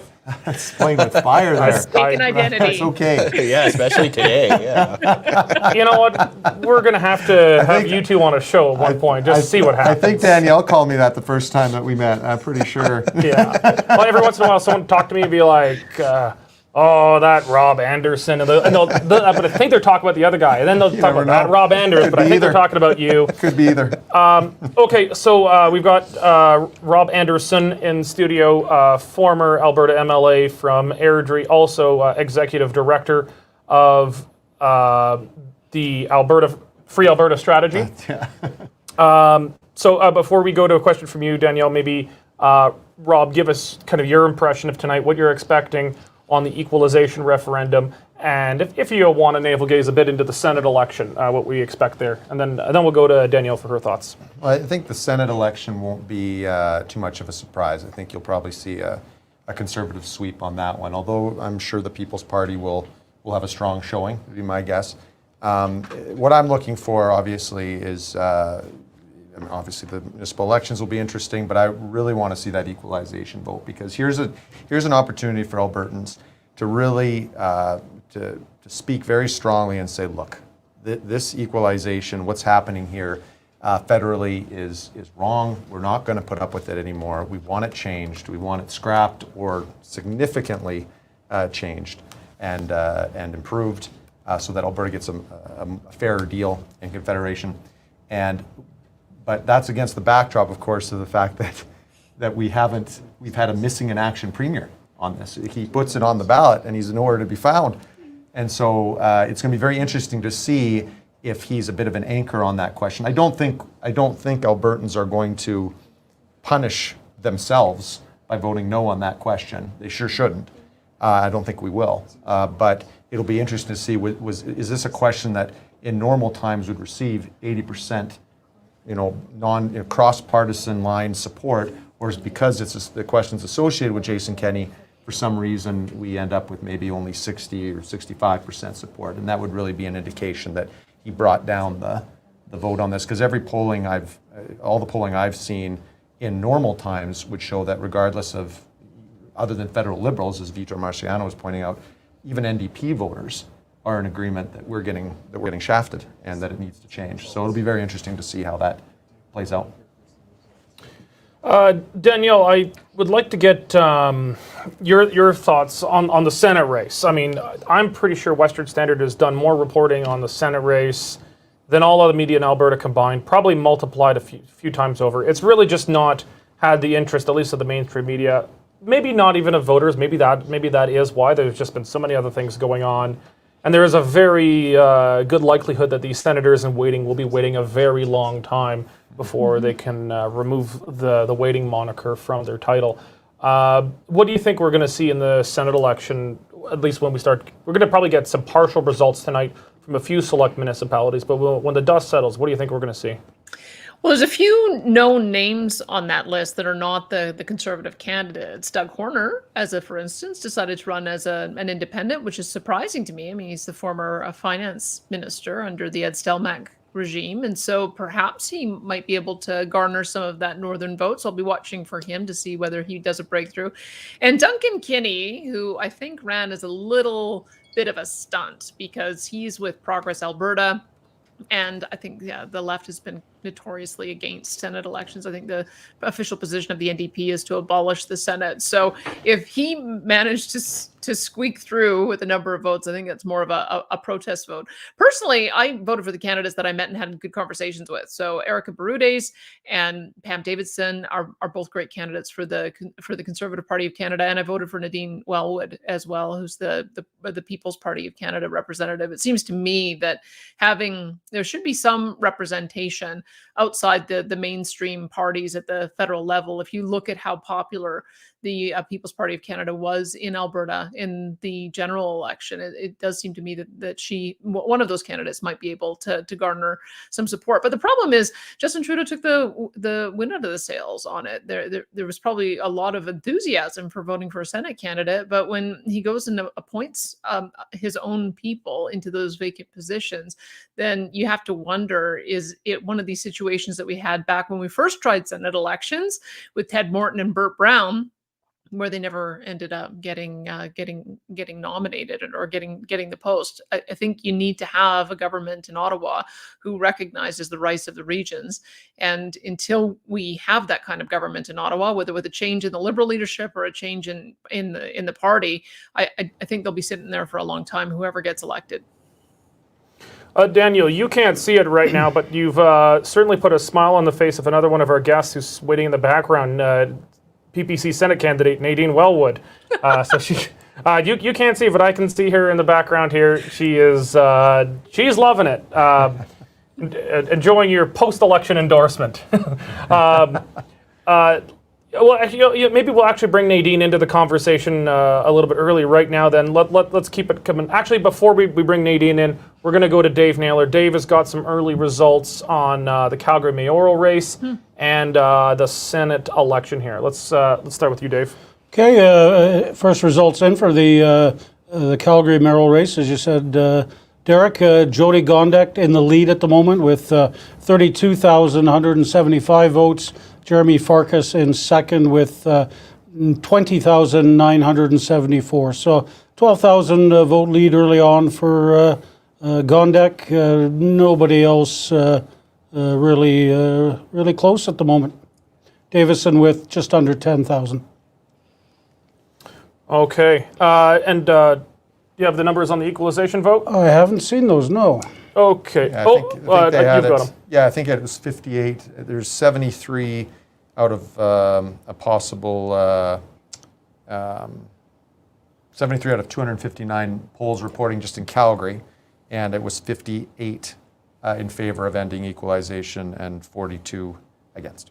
Well, I think if we get if that kind of trend holds to the end of the evening and we get 58% in Calgary, I mean the lazy math says take 8 off for Edmonton, so 50, and add 8 or 16 for everything else. That would probably get us then fairly close to where we were looking at for the Main Street poll that we had a few days ago on this. I do have some early Senate votes, though, Derek, with Pam Davidson, the Conservative candidate, in the lead with 26,000 votes. Erica Barudez with 24,000. Barutz, I'm sorry. But I'm not positive. Sorry, Erica. Erica with 24,441 votes. They're the top three. Again, another name I'm probably going to butcher. Mikhailo Martinek with 15,000 votes. Karina Pillay with 9,700 votes. Nadine Wellwood, your guest about to come on with 6,500 votes. So those are very early polling numbers out of Calgary. Referendum, question number 1, the equalization, as Rob mentioned, 58% to 42 in favor, and nothing on fluoride yet. Oh, nothing on fluoride. Okay, well, let's talk a bit about Senate election. Continue on the Senate election here. You pull up those Senate numbers for me again here. It's very interesting that I expected more people to vote the ticket. That if you're voting for the Conservatives, you're going to vote for all 3 Conservatives. If you're going to vote PPC, you're going to vote for all 3 PPC. I mean, no offense to any of the Senate candidates, Nadine included, but all the others, even the high-profile ones. Not everyone here is necessarily a household name. I mean, it's very hard. Like, most people don't even know who their own MLA is, let alone someone running for senator who might be in the other end of the province. It's really difficult to get your name out on this kind of thing. But, I mean, these numbers are showing a not insignificant number not voting the ticket. Pam Davison is pretty much 2,000 votes ahead of Erica Barutz, and Barutz is still a fair bit ahead of... I am never going to be able to pronounce this poor guy's name. Mikhailo, we're just going to go Mikhailo, a very difficult Ukrainian name. That is a lot of Y's and K's. I'm just not going to be able to do it, but he's at 15,000. So people are not voting the ticket here. Nadine, I think, is, if I'm not mistaken, is she leading the PPC ticket? 6,500. Well, Doug Horner is actually got a surprising 8,000 right now. So let's go straight to Danielle, but then we're going to go to Nadine about about her campaign, what we can expect. Danielle, would you be surprised if people are not just voting the straight ticket for parties across the board here, especially for the Conservatives, that some people would be voting for some candidates but not others? Or maybe could we just chalk this up to people not understanding that they actually have 3 votes, that people are confused having 3 votes to use on a ballot, not 1?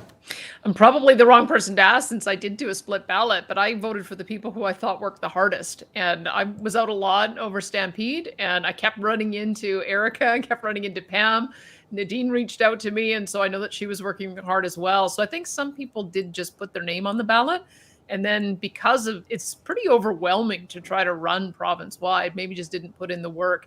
And so the easy shorthand is to end up voting for the candidates running under a particular party banner. I thought it was sort of an interesting idea that the Premier had in asking candidates to run for a federal party, which may have influenced the outcome. I mean, imagine if Paul Hindman was able to have put up Wild Rose Independence Party candidates.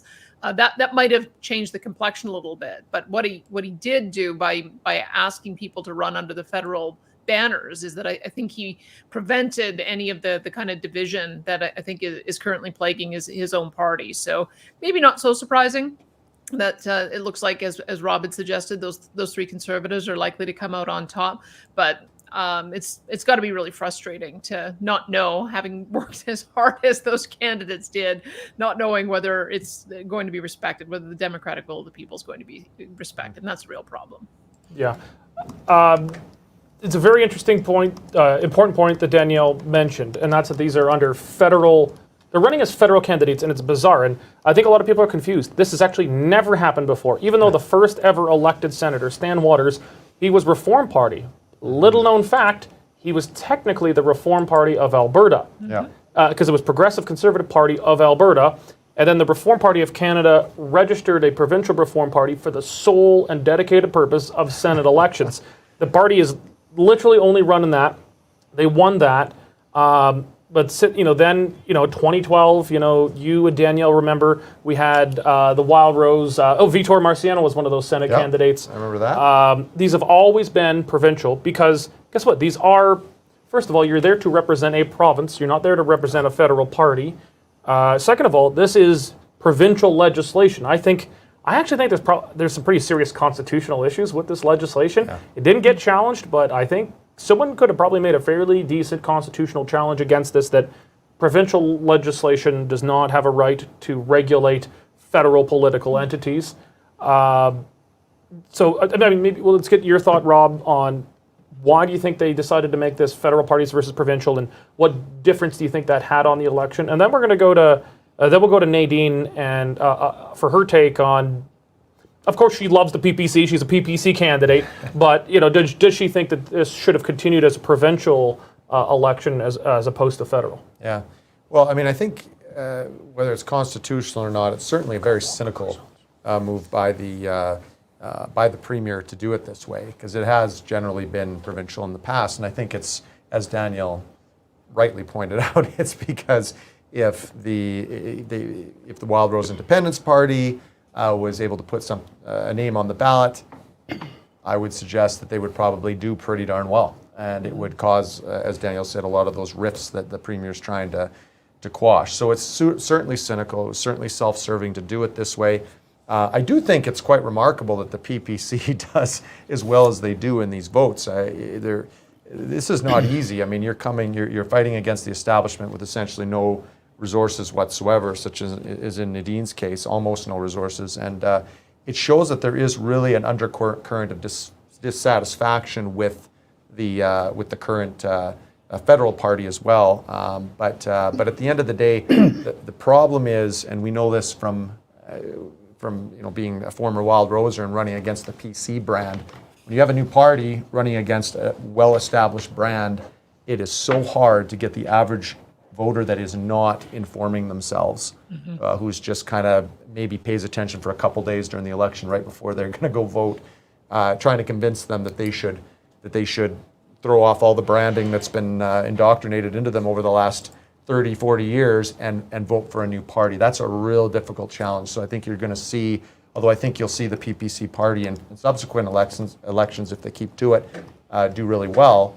They had an uphill battle for sure.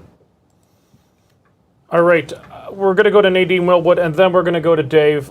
Danielle, I want to thank you for your time. We're going to come back to you in about 45 minutes with your analysis. We're going to have some new numbers for you to take a gander at that time. So thank you very much. We'll see you soon. See you soon. Nadine, you got I can't pronounce, a certain Eaton kind of grin on your face right now. You're looking pretty happy about this evening. Of course, it's it's an uphill climb for a PPC candidate. But so far, I mean, the results are still early, and we're only seeing things from, say, Calgary. We're not getting probably your more stronger areas in rural. I know you're from Cochrane, but the numbers are showing, at least in Calgary relative to the last election, PPC is set to double, perhaps even better their numbers. And the last federal elections numbers were nothing. They were nothing to sneeze at. I mean, that was a significant breakthrough for the PPC, even if it didn't result in any seats. I mean, even if you're not, I'm not even sure whoever gets first place gets to actually go to the Senate, so I wouldn't worry too much. But how are you feeling about tonight? Do you think you're going to? How much of a change do you think we're going to see for the PPC and yourself? Well, first off, I think if more people knew that Danielle had voted for me, I think those numbers would be much higher. And so for me, I think the numbers so far, especially considering, like you said, they're coming out of Calgary, the more urban areas, to have such a strong showing already. And, it is an uphill battle. We are battling against the Conservative Party of Canada, and we are very much still a little bit tied to the brand, right? So the fact that, we've already got the numbers that we're seeing, I'm very pleased, actually, very pleased. People are having their voices heard, and what more could you ask for, really? And I think our strongest numbers are yet to come in, like you said, in the rural ridings.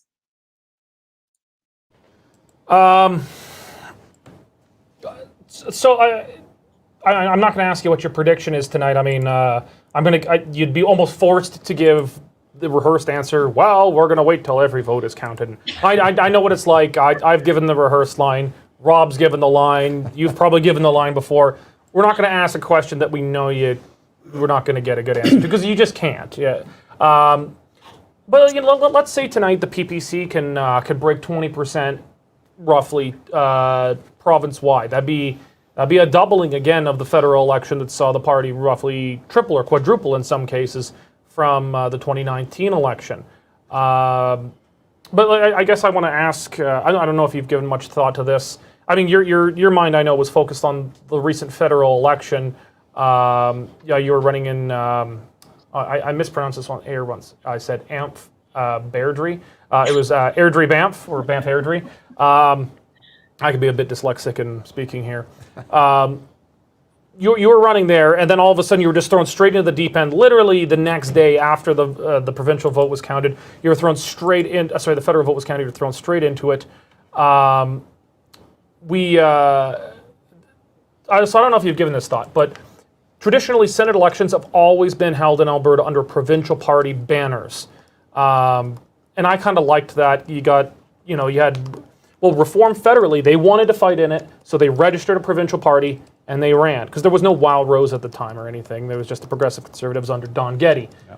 But then we have Wild Rose and Progressive Conservatives, and those were good matches. Nadine, I want your take. Do you think that, say going forward, that Senate elections in Alberta should return to provincial parties, or do you think we should continue with this kind of strange grafting of federal parties into provincial legislation? Well, I kind of like Rob's answer, actually, because I think that's the truth of the matter. I think this was really done to make it very easy for Jason Kenney to prop up the Conservative Party of Canada, to be honest. As you can see already from the results, you've got 3 CPC candidates that check.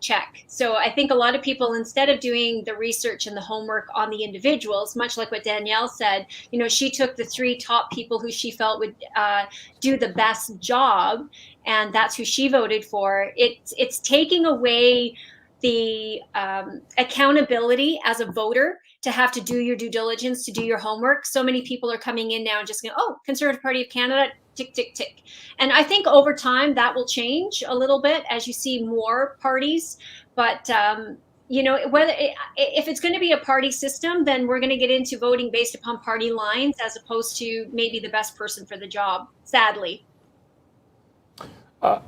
Well, Nadine, thank you very much for joining us tonight. I'm sure you're having an exciting night. Win, lose, or draw, it looks like you're having a great time. So good luck this evening, and I'm sure we'll be in touch soon. Thank you guys so much. Have a wonderful evening. I'll continue to watch the coverage, and fingers crossed. Very good. All right, we're going to go to Dave Naylor for an update on the results. But before that, a message from tonight's sponsor, the Calgary Shooting Center.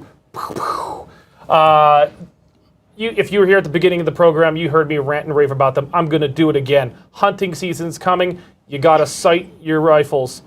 This is what I do in advance of every hunting season. I go to the Calgary Shooting Center. I take my 270 Remington.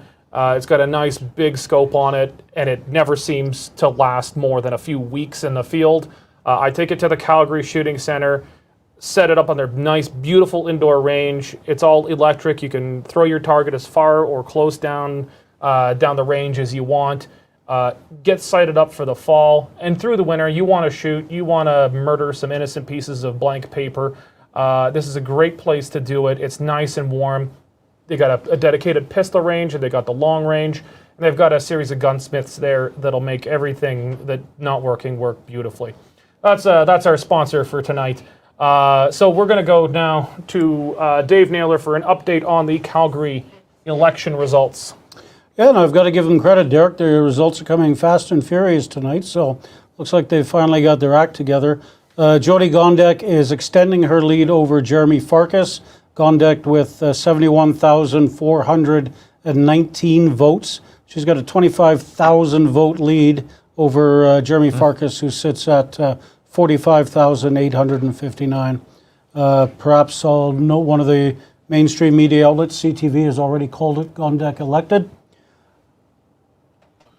Maybe they're jumping the gun, maybe not. How many polls are reporting? We've got 161 out of 259, so a good chunk of them.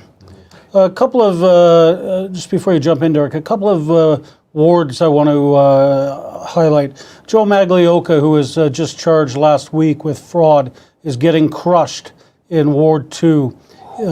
Jennifer Wyness is at 8,500 votes. Kim Tyers is second with 4,500 votes. And Joy Maggs, as is known at City Hall, is trailing badly with only 1,800 votes. So it looks like his days are numbered.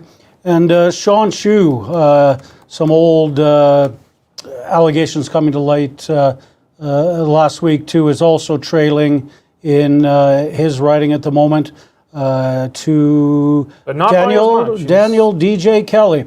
He's got 4,000 votes, 600 vote lead over Sean Chu, who's got 3,400 votes. Some results coming in out of Edmonton, not as quickly as Calgary. Amrit Sohi, leading with 1,257 votes. Mike Nickel with 1,015. Obviously, early days yet. Only 8 polling stations out of 228 there. So, come on, Edmonton, get the finger out. Let's get counting. It's certainly a good night for to start for Gondek, Dirk. Rob, those numbers are getting tough for Farkas to overcome. I'm not sure I would call it yet, but they're not. I mean, it's not an insane call to call for. There's still, what is there, about 40% of polls to come in? About that. We're at 161 of 259. What do you think? I think no one should be surprised. And the reason I say that is because even though Jeremy Farkas, I think, was a good, solid candidate and certainly a fiscal conservative and very outspoken against Nenshi, when you speak out and you speak to power, as Jeremy did throughout his... He screams at power. He screams at power. You take a hit doing that, and you make enemies. And the fact of the matter is that everyone that supported Naheed Nenshi in the last election look at Jeremy Farkas as the enemy. And so my guess is what happened, I think you can see it in the polling towards the end of the campaign, is that the anti-Farkas, the enemy of the Purple Prince, they gathered their forces together behind one candidate. And, in municipal politics, I mean, Dave, you know this too, in Calgary municipal politics, even though generally it votes conservative both provincially and federally, municipally it doesn't. It's always voted more left of center. And so it's not a surprising result, but it is a little disappointing from a conservative's perspective, just because Jeremy was good. He spoke against some pretty radical policies that Naheed Nenshi and others were bringing into City Hall. It's sad to see that he doesn't get his due, but I thought he ran a pretty good campaign. It is certainly a weird voting manner that the city's got. Quick update on fluoride: 61% are saying yes, 39% saying no. So looks like fluoride will be going back in for at least 4 years. I guess I abstained on the question. Yeah. I believe, when people say you can't complain unless you voted and it's your civic duty to vote, I think I say bullshit. You are doing your civic duty by not voting if you are not informed on the issue. And I am not informed on the issue. Ask Dave. I think I know about everything. I do not know about fluoride. That made you feel uncomfortable, didn't it? I looked at it, was like, does not compute here. Yeah. I didn't vote, but I think I'm a big believer in direct democracy for big issues. Mm-hmm. But for little specific advanced issues, I got to admit, I'm a slight elitist. On this stuff, I'd actually like, because it's not a left or right thing. Yeah. Councillors, get in a room, listen to some smart people, and probably do what they say. Yeah. Daylight savings time. I don't know. That's and that one looks like it's losing. That one is losing. Yeah, that one is losing in Calgary. By 4 or 5 points. In Calgary, that's right. Okay. Yeah. In Calgary. So, and there could be very big north-south differences in this. I don't know. It could be. But, I mean, I don't know. That's one where honest to God, I'd like just MLAs. It's not a left or right issue. Get in a room, come to a bipartisan consensus, listening to some smart people. You know what I want to vote on? I want to vote on equalization. Mm-hmm. I'd like to vote on, some balanced budget constitutional amendments, all sorts of stuff. And it's 58-42 in the yes camp for getting rid of equalization right now, and we're getting towards the end of Calgary's results. So that's surprisingly good. And the reason I say that is this is more of a left-leaning electorate tonight. Keep in mind, let's say there's a significant possibility, because right now Gondek is massively outperforming polls. Mm-hmm. There's a good chance that Farkas is going to come up if it starts to reflect all of the polls. No polls were showing Gondek with this kind of lead. Right. So if that is the case, and this is, say, just the friendly Gondek polls coming in right now, then these are Gondek people voting 58% for this. So when the Farkas people come in, I mean, this number could go up significantly. Yeah. I mean, I'm extrapolating a bit there. That I think it's a logical train of thought, but I can't. It's But not you're right. factual. But the other thing too that you got to think of is that if these are Gondek voters and they're 42% in favor of getting rid of equalization, it shows the bind that Rachel Notley's a little bit in, right? Like she can't come out against, she can't be pro equalization in its current form anyway, for the same reason, because this is actually a cross-partisan issue. Obviously, Conservatives feel the most strongly about it, but even just your average NDP voter looks at this issue and says, yeah, we're getting hosed. So it's interesting to see that reflected. Before we go to Vito or Dave, did you have any other numbers? Or are you just playing around here? No, those are the most up-to-date I've got so far. Okay, well, I'm seeing some interesting numbers in Edmonton. I'm seeing Sohil in the lead, but Mike Nickel still doing respectively well. It's about 10,000 votes behind now. Yeah, but Vitor actually knows Edmonton. For me, I mean, anything above Airdrie is Northern Alberta to me. And you may as well be, if you're north of Edmonton, you may as well be in Fort McMurray. So, Vitor, you understand the city a lot better. You probably have a better idea of what polls, what areas are reporting. Is Mike Nickel still in this fight, or is it time to call it? It's starting to get a little scary because 8 points is a big difference, but there's still very little reporting. I mean, you're at 40% of the polls reporting, but the city doesn't break across evenly. So I think so. He's going to win, but it's it's a 10,000 vote difference right now. They look like they've counted roughly 67,000 votes. No, not even. They've counted about 25,000 votes of probably about 130,000 votes. So we're missing the majority of the votes, and we're missing them from areas where Nickel should do better. But I think you're seeing something similar to Calgary, which is the centrist voter, that swing voter, the person who's center right and is available to a more conservative candidate, doesn't seem to have gone over to Nickel in Edmonton. And without knowing exactly where the votes are coming from in Calgary, it looks like the same thing may have happened. In Calgary. And then when you go look at the council races, and again, there's still a lot of votes still to come in. You've got incumbent Bev Esslinger is losing to the NDP's endorsed candidate Aaron Rutherford. You've got the NDP's endorsed Aaron Paquette is running away with his riding in Dene. You've got a weird mixed bag very, very early on in, I call it Kokanee for short because it's impossible to pronounce. We have a series of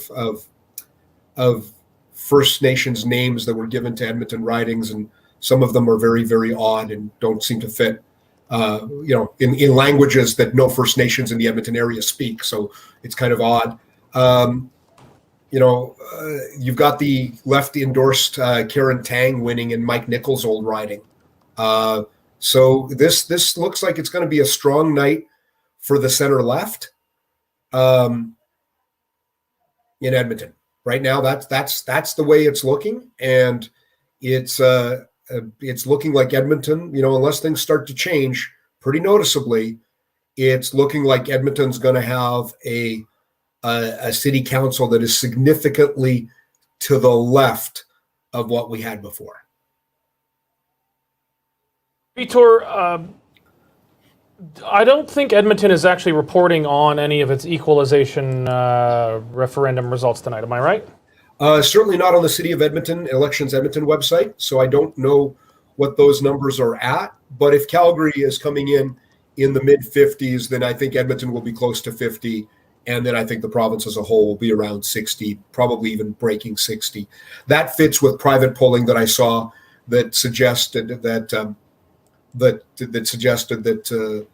the high propensity voter was showing a clear majority for voting yes. And it goes back to what Rob Anderson said just a few moments ago, what I talked about a little bit earlier, which is that, Rachel Notley did not campaign for a no vote. Only the political science professors and Nenshi campaigned for a no vote. Anybody who's involved in politics understands that a yes vote is a good bargaining chip for any premier of Alberta to have, and that's what we're finding.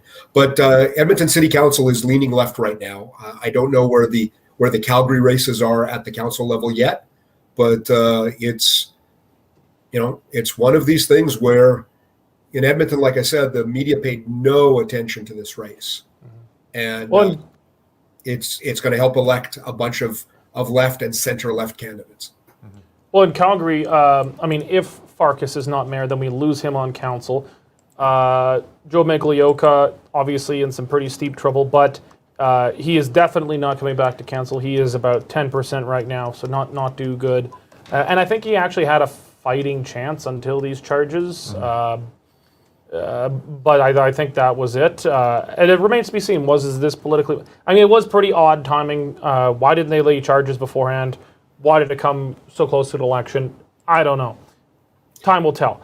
But we're also... Sean Chu is, not leading right now, but he's still got a fighting chance. But those are the three only consistent Conservatives on the entire Calgary Council. Farkas, Chu, Maglioka. Maglioka, scratch him. Chu... he's behind right now. Still got a chance. And Farkas, he's got to be mayor to stay on. We could be looking at a Calgary City Council without a single Conservative on it. And I'm not going to count like the Peter DeMongs and stuff who show up at a Tory fundraiser to make nice with power brokers in their area. I'm talking about people who actually vote conservatively with any consistently on council. There is a chance we have a Calgary City Council with 0 Conservatives on it. Rob, what do you think the chances are that happens? I think it's high, and I think that you get what you vote for. You hear all the complaints from business owners in the city about how hard it is to make a go of it right now from various issues, whether it's parking costs or the city, obviously taxes. I know from being a business owner in the city myself, property taxes they're just through the roof. It's unbelievable, and it's hard to be competitive. It's hard to turn a profit. So you hear about these things. You hear about tax revolts and all these things that happen between elections. But then when you get to elections, then you get what you vote for. And I hope this council won't continue that record of tax and spend. But boy, oh boy, I have my doubts. In Calgary, it's not as bad as you think, Derek. So let me walk you through. I'm on the City of Calgary's unofficial site. So DeMong is in good shape. Dan McLean is handily beating Diane Colley-Urquhart and Jay Unsworth. Dan is a more solid, common sense center-right candidate than Diane. That's pretty good. Evan Spencer is winning Ward 12, beating Craig Chandler by a good margin right now. Evan's a centrist, but he's not the most left-wing person on this council by a long shot. Ward 11 seems to be going left to Courtney Brannigan. Ward 10, Andre Chabot is in the lead right now. Decent-sized lead over Abed Harp, who is the union-backed person. That's not too bad. Andre's a solid center-right, common-sense thinker. Ward 9, you've got Naomi Withers beating Giancarlo Cara, which is fascinating. Giancarlo is currently 183 votes behind Naomi Withers. Giancarlo is the Mensheviks of the Calgary City Council. So that is really interesting. Right now, Gary Bovrovitz is in second place to Courtney Walcott, who's the union-endorsed candidate in Ward 8. And, it's a mixed bag there. Ward 8, lots of good candidates running. There's still lots of polls left to be counted. Well, did you mention Terry Wong? We've got Terry numbers Wong on in Ward Terry 7 here. is leading. And I got to tell you, of all the people running in Ward 7, Terry, who's a reasonable center-right person, is by far the most right wing of all of the candidates in Ward 7. Terry Wong comes from the Wild Rose. Now, he was not like the me and Rob Wild Rose, but he was Wild Rose. So he Wow. Good for Terry. Terry works he's really not a progressive. hard. He's a solid, really good at connecting with people. He is a little bit ahead of Aaron Waite, who's the union-backed left-wing candidate, and a little bit of Heather McRae, who is Stephen Carter's wife in Ward 7. I think Terry might pull it out. Richard Pootman's sort of a centrist. He's running away with Ward 6. The union-backed candidate didn't do anything there. Raj Dhaliwal has got a narrow lead, about 174 votes over Stan Sandhu in Ward 5, and Stan is one of a handful of Sorry, Vitor, can I pause you there? Production, are we able to pull up the Jeremy Farkas speech, or do we not have access? Okay, we're going to see if we can get this. But Jeremy Farkas is speaking right now, I believe, conceding the race. I guess that puts an end to that. Jeremy Farkas has been a firecracker on the Calgary City Council for the last 4 years. He started his race there about 2 years out, officially. Even before then, he was preparing and going. I remember my first campaign with Jeremy was actually in my living room in January 2015, licking envelopes for my Wild Rose nomination in Strathmore Brooks. That was the first campaign I worked on him with. But he knocked on every door in his ward, and he knocked on them a second time and a third time until the incumbent, I forget his name, but a pretty far lefty incumbent on council, didn't even bother, and he took off. He has been an absolute pain in the arse of the city administration and Nenshi. Nenshi really more or less endorsed Gondek, but more than endorsing Gondek, just said never vote for Jeremy Farkas. Yeah. I don't know. I'll put it to either you, Vitor or Rob, about what do you think this means, and I guess the loss of Farkas from council, and then I suppose the Jody Gondek's victory as mayor. Well, I was going to say with Vitor, that's the type of candidate that you would look for if you're a member of if you're in a conservative party, you'd be looking for a Jeremy Farkas. So whether it's federally or provincially, I don't know. But I doubt we've seen the last of Jeremy Farkas. I'd be surprised. He's young. Hey, I heard there might be a leadership coming up. Maybe, who knows, right? But he's someone that I think has appeal with voters. It's not like he didn't get any votes today. He's the second place candidate. He ran a strong campaign. My guess is that we may see him again pretty soon. Okay. Vitor, your thoughts, I guess. You actually seem to know a heck of a lot more about, I brought you in here as the Edmonton guy, expecting not know much. I'm like, I know a fair bit about Calgary, and you're coming in here, you seem to know more about my city than I do. So let's just listen to you, since you seem smart. Well, it's I'm surprised that Jeremy is 33,000 votes back on Gondek. There's still about a quarter of the polls left to come, but if he's conceding, he knows where they're coming from, and he doesn't believe he can close the gap. There's 30,000 votes to Jeff Davidson. That's pretty much the margin. I think you had Danielle on the show earlier on, and she talked about how center-right groups just do not figure out these elections and do not, work hard at consolidating. In this election, the left worked really hard at trying to drive out anybody who would interfere with Gondek's win. Jan Damry's a pretty darn good candidate, is sitting at 4,000 votes. She's like less than half of what Bradfield got. And that's because the left understands that they need to consolidate to win these things. And they also understand the value of winning them in the long run, because it creates a farm team from which they can do and move people up to other levels of politics. There were things that happened in the Calgary race that were absolutely fascinating, where in some of the council seats, good candidates dropped out because the union that endorsed somebody else found them a job.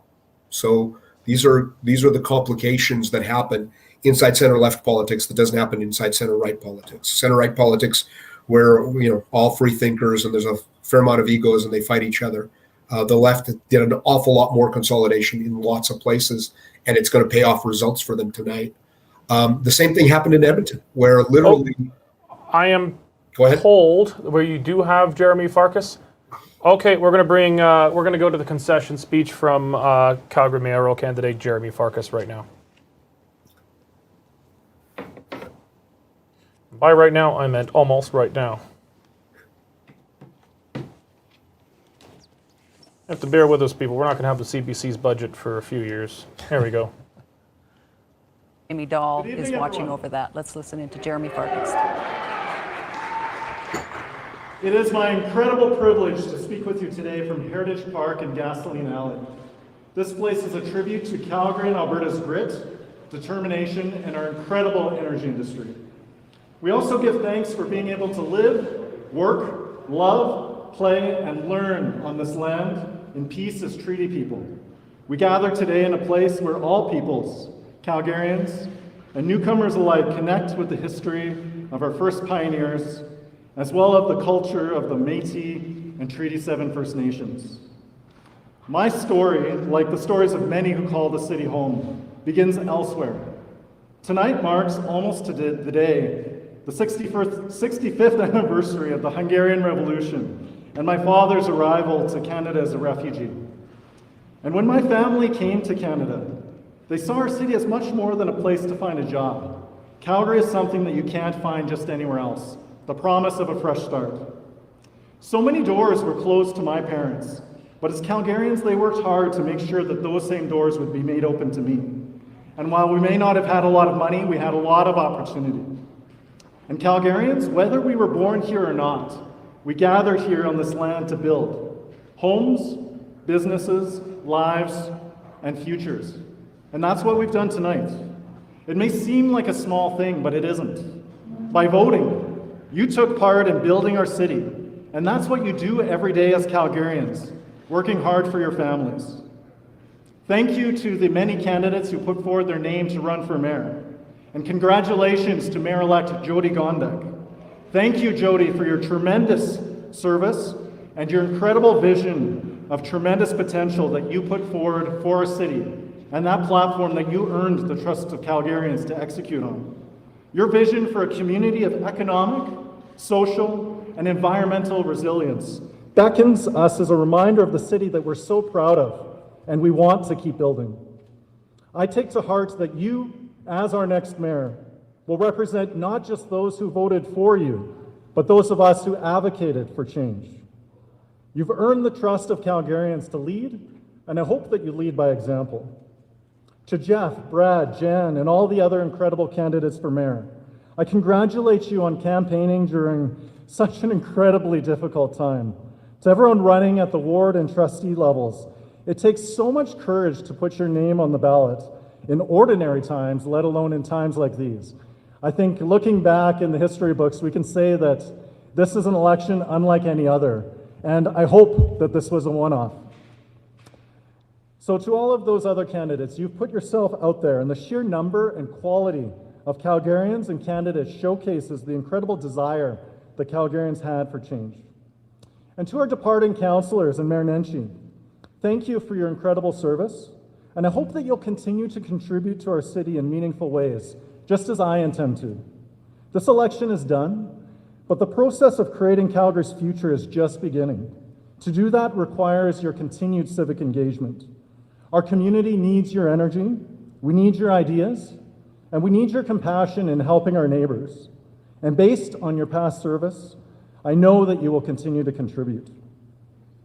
To my constituents, speaking as Ward 11 councillor, serving as your representative in City Council has been, I would say, the experience of a lifetime. Having the opportunity to be able to serve as one of the youngest city councillors ever elected, as one of the first in my family to be able to finish high school, one of the first to be able to finish university. Stories like mine in a place like Calgary, they're not the rule, or rather they're not the exception, but rather stories like mine are the rule. And I think it speaks to the incredible community that we've built here together. Finally, a short message to our volunteers. Thank you to the incredible members, past and present, of our team. You've shown the incredible influence and power of the grassroots. And I know that tonight is not the results that we were working toward, but I think that it is still a result that we can be incredibly proud of. A more complete thank you will be forthcoming in the coming weeks as we have the opportunity to reach out to our many generous volunteers and donors. I wanted to acknowledge our campaign cabinet, and I would just say that you know who you are, because no ordinary person accidentally joins a daily conference call at 7 a.m. So firstly, I wanted to acknowledge Marina Mason.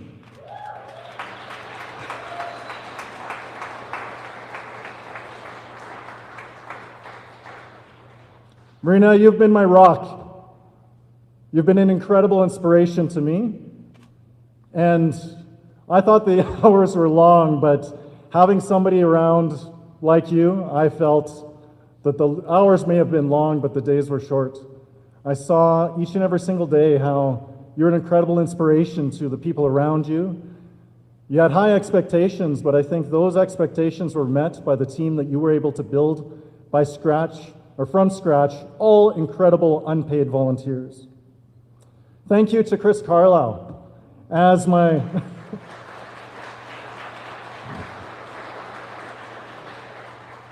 Chris, as my incredible right-hand man on council, you've been an incredible influence to me. I would like to say that you were instrumental in keeping me out of trouble, but I think that the amount of trouble that I still continue to find, I don't think anybody could have gotten me out of.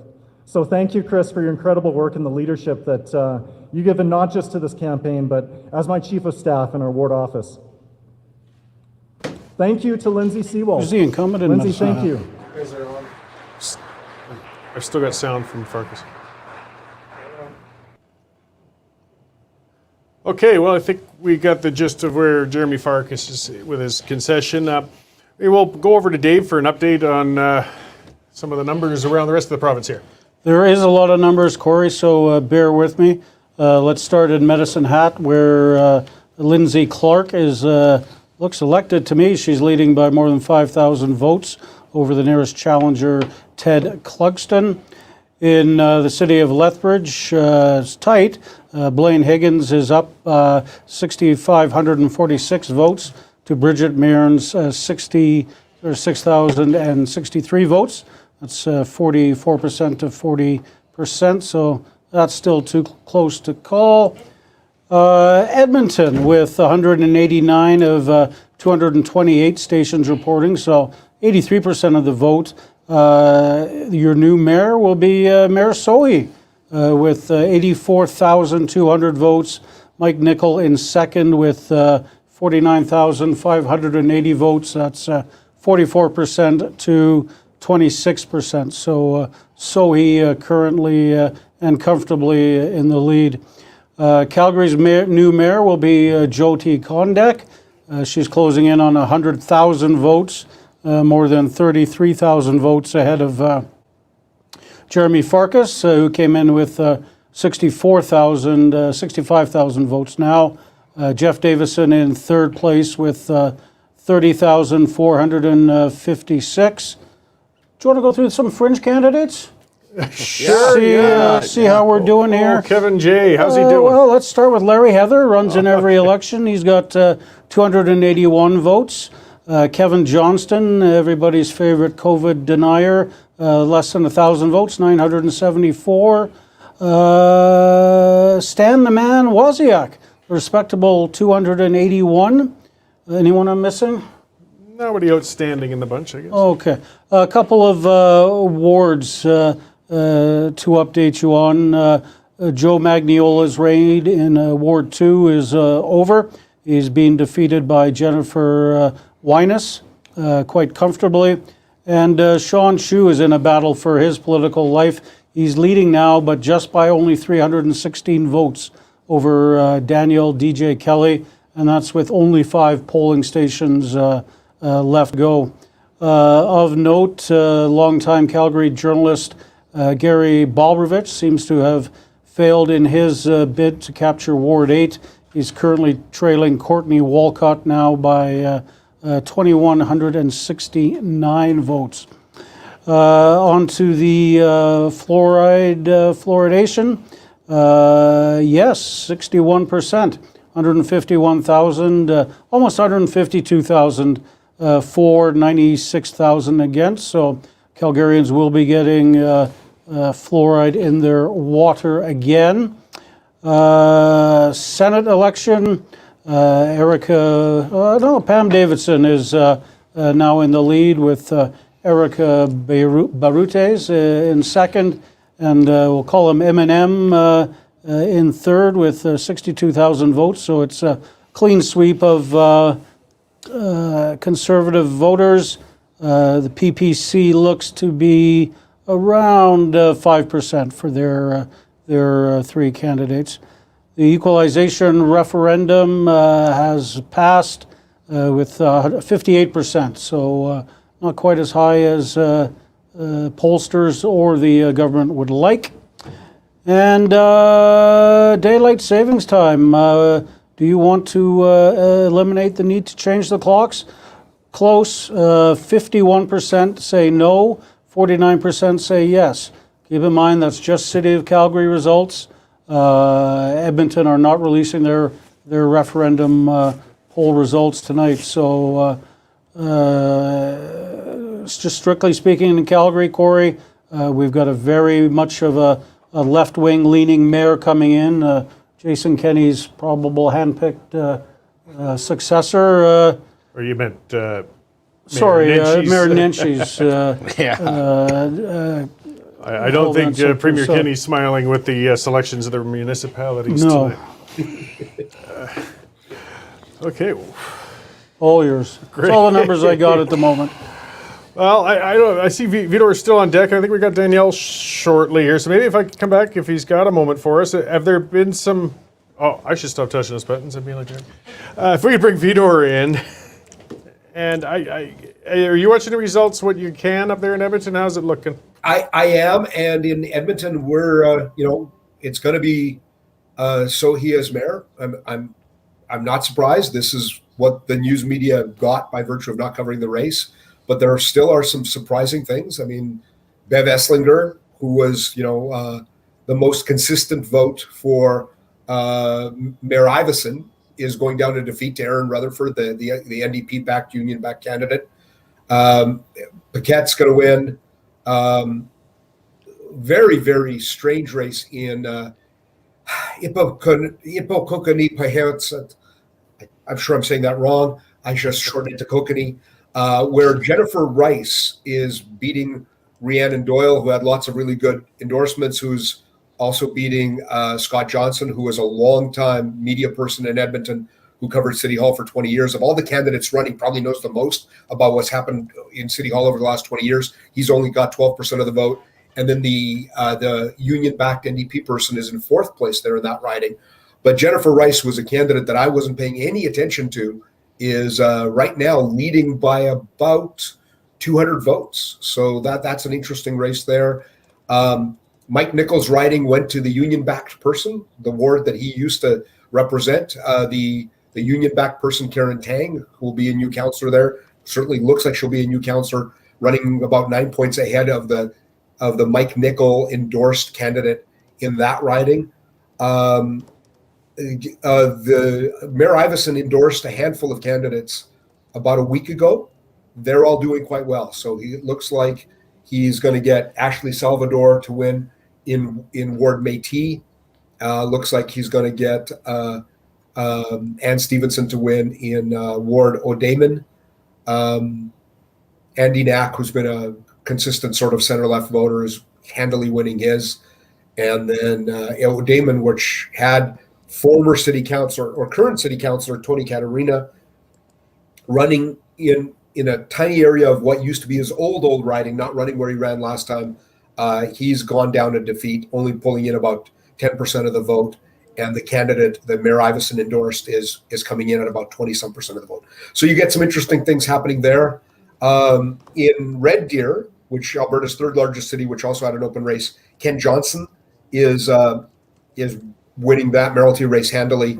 And in Fort McMurray, where you had a longtime city councilor, Verna, I can never remember Verna's last name, my apologies, and Mike Allen, former MLA, current city councilor running for mayor, they both look to be losing to Sandy Bowman, who's a newcomer into municipal politics, but a longtime business person in the community. Looks like he's going to be the new mayor of Fort McMurray.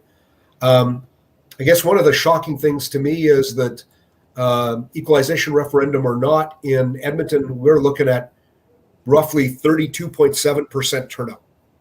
So when the media don't cover a race, nobody shows up to vote.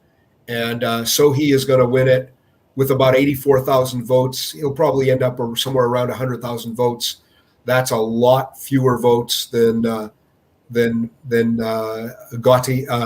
has gotten in Calgary. So again, Calgarians were more engaged in this election, with about an equal number of polls yet to report. Gondek's already at 129,000 votes. She's probably going to end up around 150,000 before it's said and done. Jeremy Farkas is probably going to cross 100,000 votes before this is said and done. That would have been enough to win in Edmonton. But it's municipal elections. It's a lesson for business people and the business community and the center-right community to figure this out, because otherwise they're just going to keep losing over and over and over again. I find it fascinating that Jody Gondek is at 129,000 votes, but then when you go to the Senate election, in Calgary, Pam Davidson is at 107,000 votes, like right behind the mayor.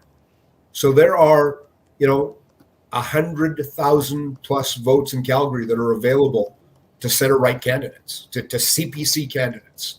And it says something that, with the same number of polls counted, that Pam Davidson is 20,000 votes ahead of Jeremy Farkas. And I think that's a lesson for conservatives and the conservative movement, for the business community, to sort of get their act together. They're going to keep losing these races that they should have the number of votes to win, but we don't organize the right discussion. We don't activate on it the right way, and we're losing control of the level of politics that's actually closest to the voter, and we're helping the center left in this province build a good farm team that shows up to run against us 10, 12 years later at the provincial and at the federal level, and occasionally wins elections that they have no business winning because they've built up the reputation of service over a long time in these locations. So it's a lesson to be learned.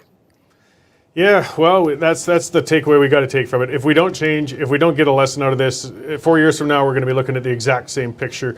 So a lot of wounds to be licked tonight, but people who want to see some conservative government on the civic level have got to get it together and take another approach, because this is not working out. Thanks, Vidor. Danielle, I'll bring you in. So everything's kind of is from a conservative small government point of view. It's not looking very pretty tonight. What do you see? There's got to be some positives we could find out there. What have you spotted? I just texted somebody. It's a catastrophe for conservatism tonight. I know. That's why I was hoping you had something hiding there. Well, I do have a couple things. I'm just looking at a few things, because I had a number of people get mad at me for my newsletter yesterday, but I wanted to check how my predictions were going against what we actually are seeing tonight. And it appears I've only got 2 wrong so far. I thought Gary Bobrovitz would win in Ward 8. I think he's second, but the union-backed candidate, Courtney Walcott, it looks like he's going to be taking that. And then in Ward 11, I thought it was going to be Rob Ward. I thought that because that had been a conservative riding with Jeremy Farkas vacating it, a conservative candidate would win there.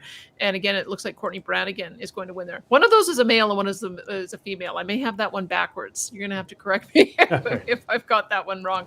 But as for the it's other... all fluid now, as long as you got the name right. Yeah, they're both Courtneys, so I'll have to look that up just to make sure I don't have them incorrect. But what I am encouraged by is that Peter Demong has won. He's been a pretty consistent conservative, common sense voice on council. And my favorite candidate, Dan McLean, I'm so pleased to see that he won. He is such a hardworking guy. He is very conservative, very common sense. Business guy, used to have a business selling golf carts, and so he really I think understands what it takes to take a business mindset. And he just worked so hard. I saw him everywhere over the course of the summer. The other candidates, it looks like Sean Chu may be able to squeak out a win, although he had a little bit of controversy in the final days of the campaign. And with any luck as well, we might see Terry Wong get in Ward 7. He's a terrific candidate. He's the former head of the Chinese Business Association. So he's really raised his profile in recent years. And in fact, if I know the story correctly, he's the one who flagged that Dairy Queen story that was written about by Alicia Corbella so well. Do you remember that story where Dairy Queen burnt to the ground and then the bureaucrats wouldn't allow it to be reconstructed? It was a family friend of Terry Wong's, and he brought the story to light. So I know that if he manages to squeak through tonight, he'll also be a very good business advocate as well. So it does look, though, like the union backing, the union PACs, the big money that was set aside very early on had its influence. When I looked at the different PAC profile, there were 3 that were more on the progressive side of the spectrum. They had a lot of overlap in the candidates they were supporting, and it made a difference. If you've got a pack of 7 or 8 candidates, you need something that's going to elevate you. And so as much as we like to talk about taking big money out of politics, it looks like the only way to get elected is to get the big money PACs on the union side to back you. And I don't think that's the outcome we were hoping for when we changed the elections rules. So it seems to me we might have to go back to the drawing board and figure out a better way to support our candidates. I would have thought, I think this is a point Vitor had made, I would have thought that because we had people coming out to vote for Conservatives by and large at the Senate election, and as well in the referendum on equalization, I would have thought that would have translated into a few more Conservatives getting elected in these council seats, but it doesn't look like it's turning out that way, either in Calgary or in Edmonton. Yeah, well, and I mean, I guess the shining light is Terry Wong. I've known him for a long time, too. He's a fantastic guy, and he'll do a really good job. And to be honest, I had Terry on my show a long time ago. I thought, it's Ward 7. That was Drew Farrell's stronghold. Terry's swimming upstream. I wish you the best, but I don't. But it's looking pretty good for him right now. There's 27 polls reporting. He's got a lead of 850 votes. So there's one light, and Ward 7, maybe something to be learned from that too, is he was up against a number of progressive candidates. They saw that progressive stronghold. They all pounced on it, and that's one spot where they split themselves rather than the Conservatives all over the place. So that's got to be karma, Cory, because you've watched that in previous years as well. It was always the case that Drew Farrell, I think she used to win it with the lowest percentage of the vote because there'd be 10 or 12 Conservatives taking her on. I'm exaggerating a bit, but not really. And so they'd split the vote every which way, and then she'd come up the other way. But I think you've probably identified it, is that they thought with Drew Farrell retiring after so many years that progressives figured it'd be a shoe-in for them, and it turns out the other way. Looks like Terry's been able to consolidate the Conservative vote. You don't want to jinx it because it's not over yet until the final votes come in, but it looks to me like he's been leading all night. Yeah, and Kara got into a surprising catfight in Ward 9. I figured he was pretty well entrenched, and it looks like he's pulled back in the lead. There's only one poll left, but he's leading by 500 votes right now. But it's been back and forth between him and Naomi Withers, which was kind of surprising. Yeah, I heard she had a really good ground game. That anyone I know who drove through that riding said that she did have a lot of signs up. And I think, some of these candidates, maybe this is the other way we should be looking at it. Some of these candidates would be better described as being centrist. Like, I think that Evan Spencer, he's probably going to be a pretty centrist candidate. He's the one who ended up winning in Ward 12. He was the constituency assistant for Shane Keating, who was a pretty sort of sensible guy. Richard Pootmans is back as well. I think he's a bit of a known quantity. I get the impression from Richard Pootmans, again, that he'll take a considered approach on issues and is more of a centrist. And so we may end up with a council, especially since there's so many new faces, Hopefully a council that has a bit more cordiality with each other, maybe a bit more willingness to try to find some of that compromise. But I think that this is probably a mandate really to continue on the track that the city has been on for the last 10 years, which would be continuing to spend, continuing to grow, continuing to increase taxes. This isn't really a repudiation of the 10 years of Naheed Nenshi's time in the mayor's chairs. I think that with the election of Jody Gondek and so many progressive candidates, that really actually is an endorsement that Calgarians want to keep going in that direction. That's how I see it anyway. Yeah, I just had a question. We've talked a little bit about the unions and their impact on this election, but the one thing that hasn't really been mentioned tonight is the specter of Jason Kenney. How much do you think his unpopularity has affected the results of the small C Conservative candidates across the province? It's tough to tell. I mean, I don't think that it's a question of people who are conservative coming out and saying, darn it, I'm going to show Jason Kenney, I'm going to vote for the most left-wing person on the ballot. But I think that there's always a stay-at-home factor, that when conservatives are demoralized, when conservatives are not feeling enthusiastic about their prospects, when they're angry, they just say, pox on all your houses, take care of it yourself. And so that, I mean, in some ways it's sort of surprising that the referendum results on the question of equalization is as strong as it is, considering how the bent on the council has gone the other way. Maybe the way they were taking out their frustration is by voting down the daylight savings referendum. It looks to me like that one's going to fail. Darn Jason Kenney, I'm going to show you I want to keep with the time change. So maybe that's what we'll see manifesting, is people needed some way of showing their frustration and unhappiness, and maybe that's the way it's going to manifest. But it would have been so much better if we'd had a strong Jason Kenney with the full backing of his party out there talking about why we needed to vote yes to start the conversation about equalization. It would have been nice if the premier had been able to campaign on behalf of the Conservative candidates, either for mayor or for council member in both Calgary and Edmonton, and then it would have been an asset rather than a liability. But that's the way it goes. He's got his own problems that he has to deal with, and so there could be a bit of a dynamic. I often wonder if Rachel Notley had won again, if that would have changed the dynamic of this race. Because sometimes you see that people like to be represented at one level by a different group of people than represent them at the other level. You see it play out normally in Ontario with how they would elect a Conservative at the provincial level, Liberal at the federal level. It seems perplexing, but maybe we do that same thing at the municipal level here. Maybe because we vote so overwhelmingly Conservative at the federal level and have historically at the provincial level. Maybe the way that we try to bring some balance to politics is we just keep returning more progressive candidates and leaders at the civic level. That just may be one of the strange dynamics that we have in our province, because it's now played out for multiple election cycles. So there's got to be something there. Yeah, well, so we're getting the numbers, and we still got the rest of the province to come in and Edmonton on that referendum. But it looks like for equalization, there's definitely going to be a yes win, but it'll be in that 60% range probably. Is that enough of a ball for Kenney to try and pick it up and go with it? I mean, it's not quite a slam dunk. It's not a loss, but it wasn't a really strong showing. It's like he needs a cause besides fighting on his COVID flank. Maybe he can use this? You're just rubbing it in that I was saying that it would be over 70%, and you won our bet. So I guess I wanted to lose. I really did.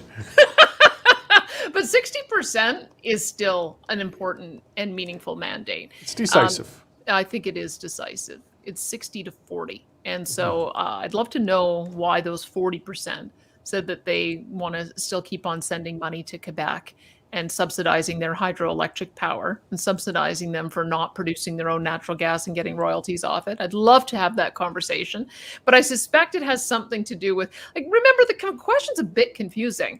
I had a couple people tell me, well, you have to vote yes to mean no. So it's written as a negative. That's number one. So that may have caused some confusion. And the other thing is, too, I think Albertans like to think of themselves as generous. And when we're doing well, we want to share the wealth. We want our friends in Atlantic Canada and some of the smaller provinces to be taken care of. And so it could be that there's a bit of ambivalence that It's not that we want that group wants to keep things the way they are, but there wasn't really an option to open up the conversation for renegotiations. So I think the next best thing is to look at that 60% as a strong mandate to do one or the other. If we can't get it taken out of the Constitution, which would be a pretty difficult bar to pass, at least we can have a very robust national conversation about how it needs to change. And so I think the rest of the country's been on standby. Now it's up to the Premier to do something with it. Because if he doesn't act on this, given such a clear mandate, that's when he's going to end up with real problems. I think that he's got to follow this up with a couple of meaningful actions if he's going to try to win back that disgruntled base that has become disaffected over the last 18 months or so. Sorry, Cory. No, go ahead. The next step, obviously, is that the provincial government needs to pass a resolution on the floor of the legislature. Do you think that's day one when they get back to the legislature next week? I'm looking forward to that. I'll be up in Edmonton so that I can take in the opening days of the legislature.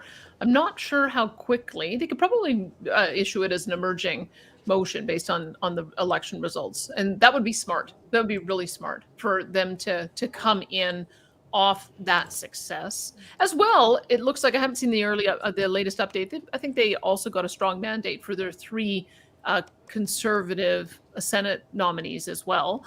And we'll have to see whether the daylight savings one, I don't know why the daylight savings one is not more strongly supported. What am I missing? I don't want to have a time change. Maybe it's people want standard time year round rather than daylight savings year round. I've got to really scratch my head on that one. But even still, I think that the Premier, even if there isn't conservative victories in the municipal level in Calgary and Edmonton, I think that he can look at these results and take some measure of victory out of it. So he really should capitalize on that. Put forward a motion to get the ball rolling, get the discussion going. But I'd like to also see him look at that as a mandate that people want more. They do want him to take some additional steps, whether the ones described by Rob Anderson in his Free Alberta strategy or the ones that Drew Barnes and Preston Manning and the others who traveled the province looking for a fair deal. He needs to accept that I think that this is a mandate to move on some of those things too. Great. Well, thanks. We'll see as things come in. It looks like Mike Nichol's about to come out with his speech there, and really appreciate that. We'll check in with you again in a little while here. Yeah, talk soon. Great. Thanks, Danielle.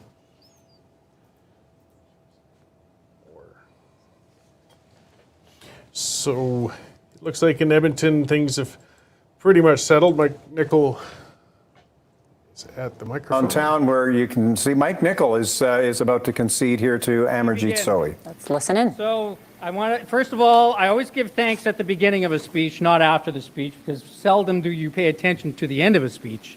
You always pay attention at the front of the speech.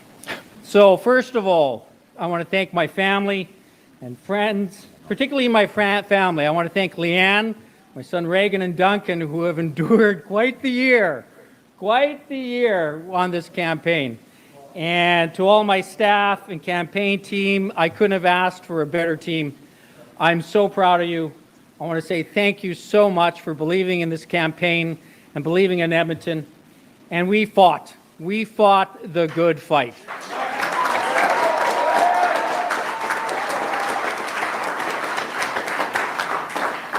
To all the volunteers and donors, let's be clear. This has not been a waste.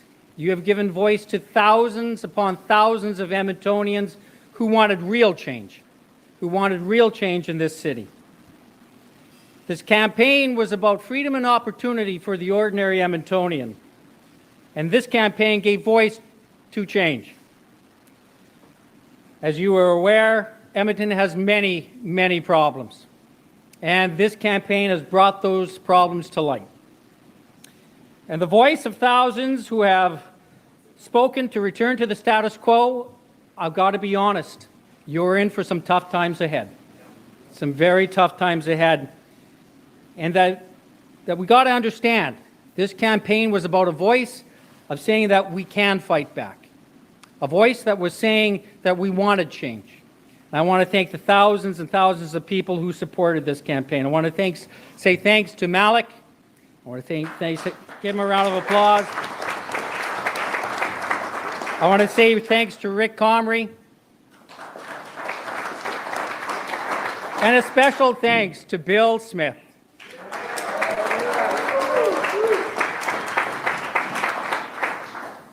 Now for the issue at hand.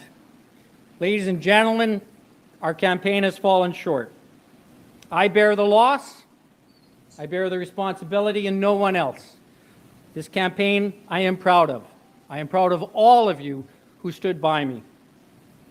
The clear choice, again, was the status quo or do something different. All right, unfortunately, we just have to cut out of Mike Nichols' speech here as the new mayor-elect has entered the room and is being greeted by supporters. That's right. That's Amarjeet Sohi, and immigrated to Canada from India in 1981. He went to Bonnie Doon High School. He's got strong Edmonton roots here, then worked as a taxi driver in Edmonton, former Edmonton bus driver, city council. He was first elected to Ward 6 on 2007 and then Ward 12 in 2010 and 2013. But really what brings a lot, he brings a lot to the table here with his federal experience as a former cabinet minister. He's proven that he's able to bring dollars into Edmonton for city projects. He's thanking his supporters and making his way to the podium. Doing a little dance. Yeah, he was first elected in 2007. He served 2.5 terms. And it was in 2016 that he decided to leave to run for the federal Liberals. And that's when he was replaced by Mobanga in the by-election. So he has just such an incredible career. And as Sarah Ryan mentioned, just came from such humble beginnings. And so this must feel Guys, I'm just going to interrupt surreal. too. Oh, sorry. No, I'm just going to let you know, Don Iveson also put out a statement congratulating his friend Amarjeet Sohi. We know that they're very, very close. Let me read you some of it. He says, on behalf of the city of Edmonton, I want to congratulate Amarjeet Sohi on his election as Edmonton's 36th mayor. I've had the pleasure of working with Mayor-elect Sohi during this time as city councillor, and always appreciated and been inspired by how hard he's worked for our community. I have no doubt Edmonton will thrive under his leadership. These two have been extremely, extremely close all throughout their time together on city council. We saw them work together on things like transit. They agree on several different projects. So, we've talked about whether, Vinesh asked whether this was a referendum on Mayor Don Iveson's tenure as mayor, but if so, then the selection was, we like what Mayor Iveson was doing, and we want that to continue with Amarjeet. So he's got a lot of the same viewpoints. He supported the LRT West out, the Valley Line out west. He says that that's a project that he wants to continue, something that Mayor Don Iveson said he wants to continue as well after his tenure. So even when Amarjeet Sohi went and became MP, those two continued to have a good relationship. So James is hammered. Okay, go. We're just going to go to Dave Naylor now for an update on the live numbers. Thanks, Derek. I'm going to have to try and keep a straight face as I run through these numbers as our newsroom degenerates into chaos with magical rising desks and all sorts of jocularity. Sorry, Rob, we're not normally this unprofessional. Normally we're a lot worse. Have that influence. Anyways, we'll start in Calgary this time because that's the page I've got up. Jody Gondek, the new mayor, the first female mayor of Calgary, now sitting at 160,000 votes. Jeremy Farkas in second, 108,000. So Gondek has a 51,000 vote lead. Why don't we quickly run through the districts in Calgary? In Ward 1, Sonia Sharp leading with 11,600 votes. She's got a 7,400 vote lead over her current nearest rival. In Ward 2, Joy Maggs, longtime City Hall incumbent, has gone down to defeat by a crushing margin. Jennifer Winnes has got more than 12,000 votes. Joy Maggs only 2,500. So those RCMP charges last week looks to have done him in. In Ward 3, Jasmine Mayan is leading. In Ward 4, Sean Chu is now ahead. He had been trailing, but is now ahead by more than 1,100 votes. Ward 5, Raj Dhaliwal in the lead, but only by 382 votes over Stan Sandhu. Ward 6, Richard Pootman's the incumbent, ahead by 6,800 votes. Ward 7, Terry Wong, our producer, James's guy, is ahead by 850 votes. In Ward 8, it's Courtney Walcock, comfortably by 2,300 votes. In Ward 9, incumbent Giancarlo Cara is up only by 158, but that's with all polls reporting, so there may be a recount in the offing there. In Ward 10, it's the former Alderman Andrus Chabot looks to be going back to City Hall again. He's ahead by 830. Andre known famously for doing his handstands around City Hall, walking on his hands. But I'm sure he did other stuff other than that. Ward 11, Courtney Brannigan is headed to City Hall. She's currently leaded by 746 votes with one poll left to come. Ward 12, Evan Spencer, comfortably ahead by 4,500 votes. Ward 13, whoa, this is a bit of a shock. Diane Colley-Urquhart looks like she's going down to defeat. Like bad. Crushed. Yeah. Dan McLean has got a 4,400 vote lead on her. And we're actually we're going to ask Vitor if that's the union candidate or not. Yeah. No, Dan McLean is definitely. That's a shocker. Incumbents rarely lose in civic politics, and Not that bad. I Eh? think he's a not that conservative, bad. actually, Dan McLean. Ward 14, Peter DeMong, the incumbent, currently well ahead by more than 13,000 votes. Fluoride is coming back in Calgary with a 61% in favor. The Senate election, the slate of Conservative candidates comfortably in front, the PPC candidates around 4 to 5%. The referendum, 59% yes, 41% no. Keep in mind that is just Calgary. The question number 2 on daylight savings time, very close, 51 to 49%. In Edmonton, your new mayor will be Mayor Sohil with 90,000 votes compared to closest challenger Mike Nicol with 5,200. Looking around the province in Lethbridge, still fairly tight. Blaine Higman currently ahead of Bridget Mearns, 12,000 votes to 11,500. In Medicine Hat, Lindsay Clark running away with it. She's 9,000 votes ahead of Ted Clungston. And that's knocking out the incumbent. That's knocking out the incumbent, yes. We've got a Hatter in the studio here, and he is nodding. That was the incumbent mayor getting crushed. What was that mark? Was it 3-1 or something? 3-1, yeah. That is rare. Small town mayors have the easiest job in Alberta. 13,000 votes to 4,600 votes. Oof. And we'll do Grand Prairie Mayor, extremely tight. Jackie Clayton with 3,177. Eunice Friesen nipping at their heels with 3,162. And Airdrie, did you get Airdrie? No, I haven't. I figured you'd be able to. Mayor Brown we said we're only doing the important cities. Hey, Airdrie is the center of the. It's like the practically gravity in Edmonton. center of politics in Alberta. It actually is the center of a lot of mischief. It is the center of a lot of mischief. Anyway, Peter Brown re-elected as mayor tonight with a sizable, I think he was close to 65-70%. So congratulations, Peter. Very interesting. I know Dave was going through it, but extremely interesting. I'd like maybe get Vitor's take on it, and then we'll get his take on kind of these municipal election results overall. We'll get to the referendums and Senate in a bit. But the one that really is standing out right now is Sean Chu, the Chu train, enduring, holding on by a small margin. Looks like he is likely to be reelected tonight. Vitor, is that much of? I know that campaign had a huge emphasis on advance polls. That was probably a wise decision in this case. I imagine that they're going to underperform in the election day polls. What do you think has saved the day for Chu, and is he going to be able to survive when he takes his seat on council?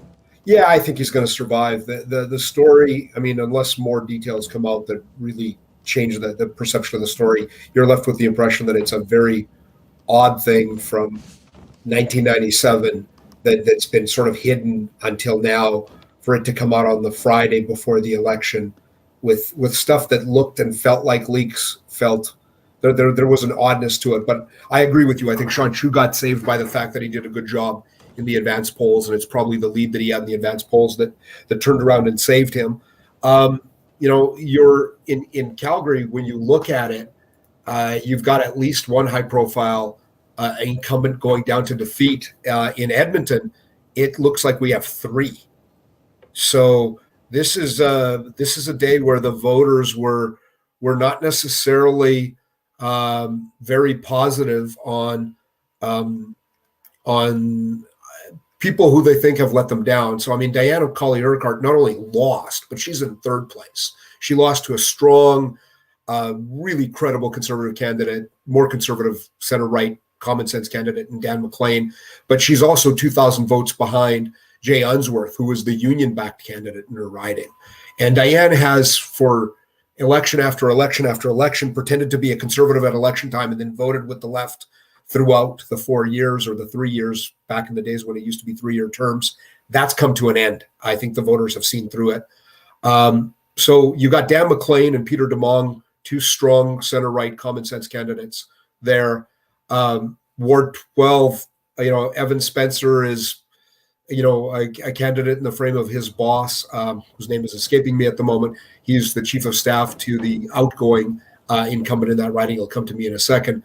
It's a shame in Ward 11, Rob Ward, really good candidate, just losing by about 700 votes to Courtney Brannigan. There's one poll left. It can still swing possibly that much, but probably not. Andre Chabot is back on council, and so that's another center-right voter. So you have at least, right there, you have at least the three that you had before. Giancarlo is just squeaking it out, but they're probably done there. Ward 8, Gary Bovrovitz was going to be a centrist center-left candidate, lost to the union-backed left candidate in Courtney Walcott. Terry Wong is holding out, so that's a fourth center-right councillor. You add Chu to that, that's a fifth center-right councillor. We're going to see what Raj Dhaliwal turns out to be like, probably more of a centrist. You've got the basis of a group of city councillors that are going to do okay, holding sort of the majority of council's feet to the fire. But in all honesty, Jody Gondek has, she's sitting at 160,000 votes. Essentially, she's winning with 45% of the vote, because 52% of the vote that represents center-right and center candidates, right and center-right candidates, are divided about 4 different ways. If you add Farkas, Davison, Field, you get more votes than Gondek and Damery, but the left has always been better at consolidating their votes. That's why they win these things. That's what you got in Calgary. In Edmonton, you got Andy Knack, who's returned, but he's pretty much a center-left councillor. Bev Esslinger, who was a centrist councillor who always followed the lead of Don Iveson, is losing to left-wing candidate Aaron Rutherford. John Zadek, who's a right-wing councillor, is getting beaten handily by Karen Principe, whose husband is a broadcaster on the Oilers games in Edmonton. Karen's actually a pretty good center-right candidate herself, so that's not too bad in terms of the overall impact. But we lose an experienced center-right councillor in Zadek. Principe will be okay. Paquette, who's by far the most left-wing city councillor in Edmonton, won handily in his ward. In the downtown ward where Tony Caterino, who was a center-right councillor, was running, that went to Ann Stevenson, who is an urban planner endorsed by Mayor Iveson. So we're going to get, the downtown city councillor is going to be much more pro city council and the city council's vision of planning for the city. You got Ashley Salvador beating out Carolyn Matthews in Métis, which is in the northeast end of the city. So another center-left councillor is won. Sarah Hamilton, who's a center-right councillor, she would tell you she's center-right. Most people who look at politics would say she's firmly center, but she's held onto her seat in essentially the west side of the city. Papaschu went to Michael Jans, who's a hardcore NDP candidate. His signs were all orange. There's truth in advertising on that. He won handily. My own home ward of Pehoason, Tim Cartmel run handily. He only had one opponent. He won with 81% of the vote. He's been a really good city councillor. Kokanee, which is Ipakokani Pihatsu.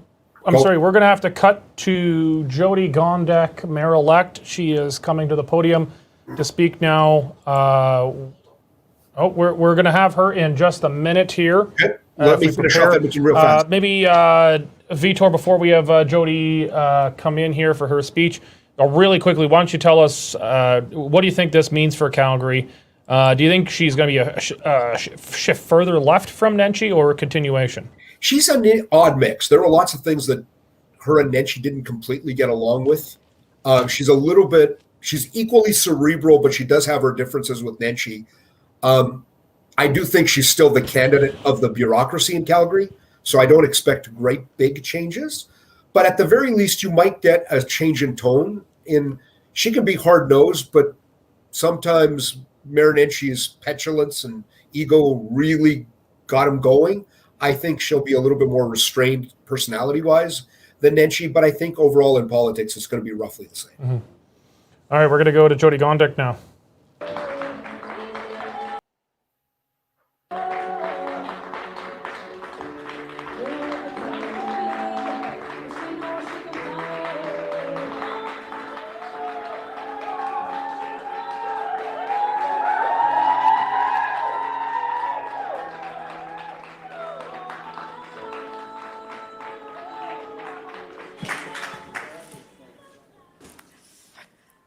Well, hello, Calgary. Let's begin by acknowledging that we live, work, and play on the traditional territories of the Blackfoot Confederacy, the Siksika, the Kainai, the Piikani, the Tsuut'ina, and the Stoney Nakoda Nations, the Métis Nation, Region 3, and all the people who make their homes in the Treaty 7 region of Southern Alberta. Thank you, Calgary, with all of my heart. Thank you for engaging in democracy and sending a clear signal about what our future looks like. Thank you for embracing a vision of promise and opportunity. This election is about all of you and the many things that you believe we can accomplish together.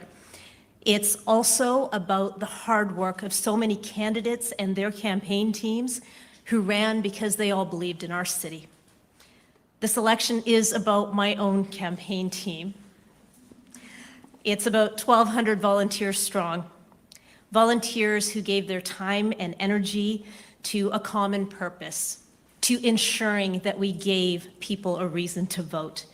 My heart is full at the thought of how much love and support I have received, not only from the day I announced, but all the way up to today.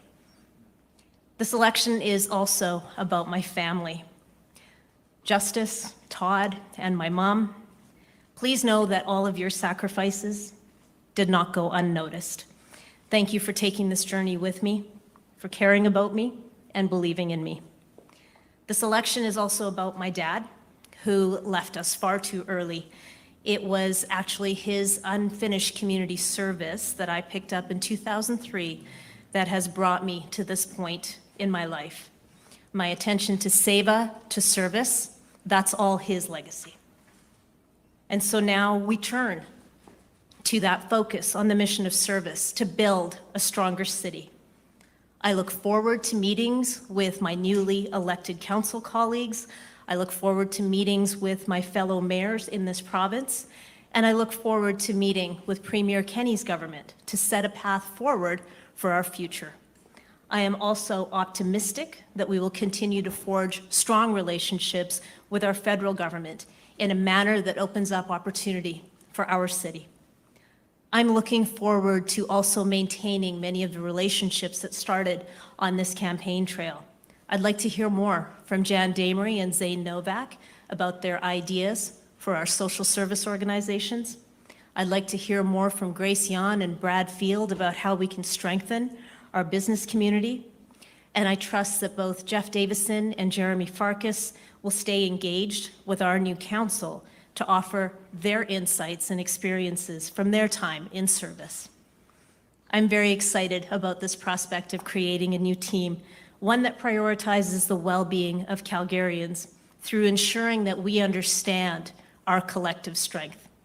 Your new council will pull together around a common vision that makes us more resilient as a city.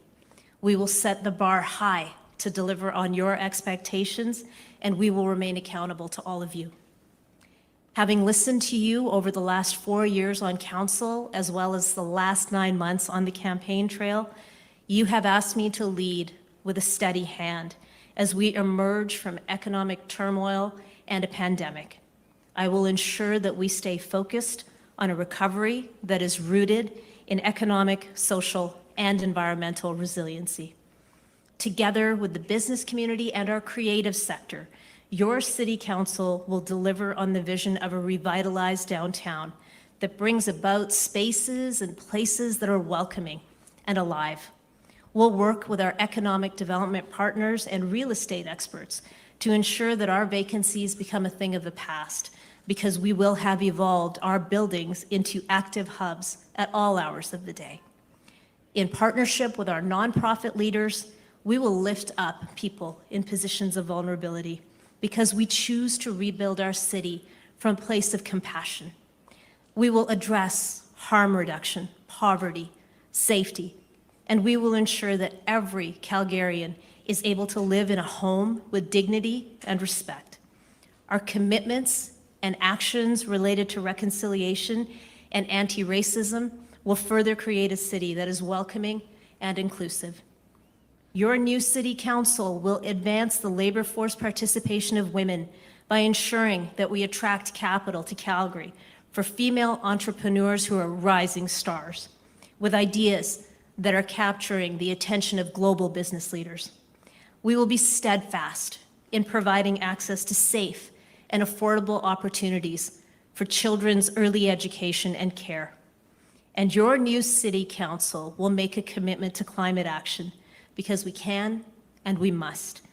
Our ability to compete on the global stage depends on taking on the position of being a leader in the transitioning economy, committed to creating more sustainable, greener, and cleaner solutions to be used across businesses and industries. The City of Calgary will progress our mission to electrifying our corporate fleets, and we will work with regional partners on flood mitigation and food security. We will accomplish these goals as a council in service of all Calgarians. As your mayor, I will lead with courage, with conviction, and with humility. I will be with you every step of the way as we encounter the unknown and we make our way through unforeseen challenges. You can take comfort in having elected a mayor who is able to rise to any occasion and answer every call. It has been an absolute privilege to run in this election and highlight all of the things that are important to you. It will now be an honor to serve as your mayor. Wow, and support you. And support you into a future that is ours to shape. Thank you, Calgary.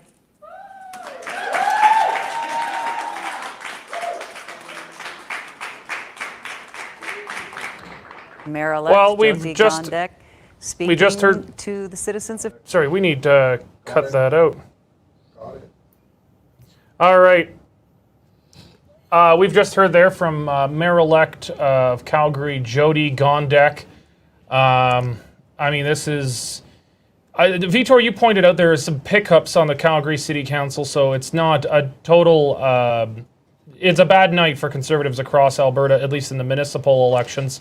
I mean, Mike Nickel ran a pretty unapologetically conservative campaign for a guy running for Edmonton mayor. I mean, he ran a campaign that might get you elected in Brooks.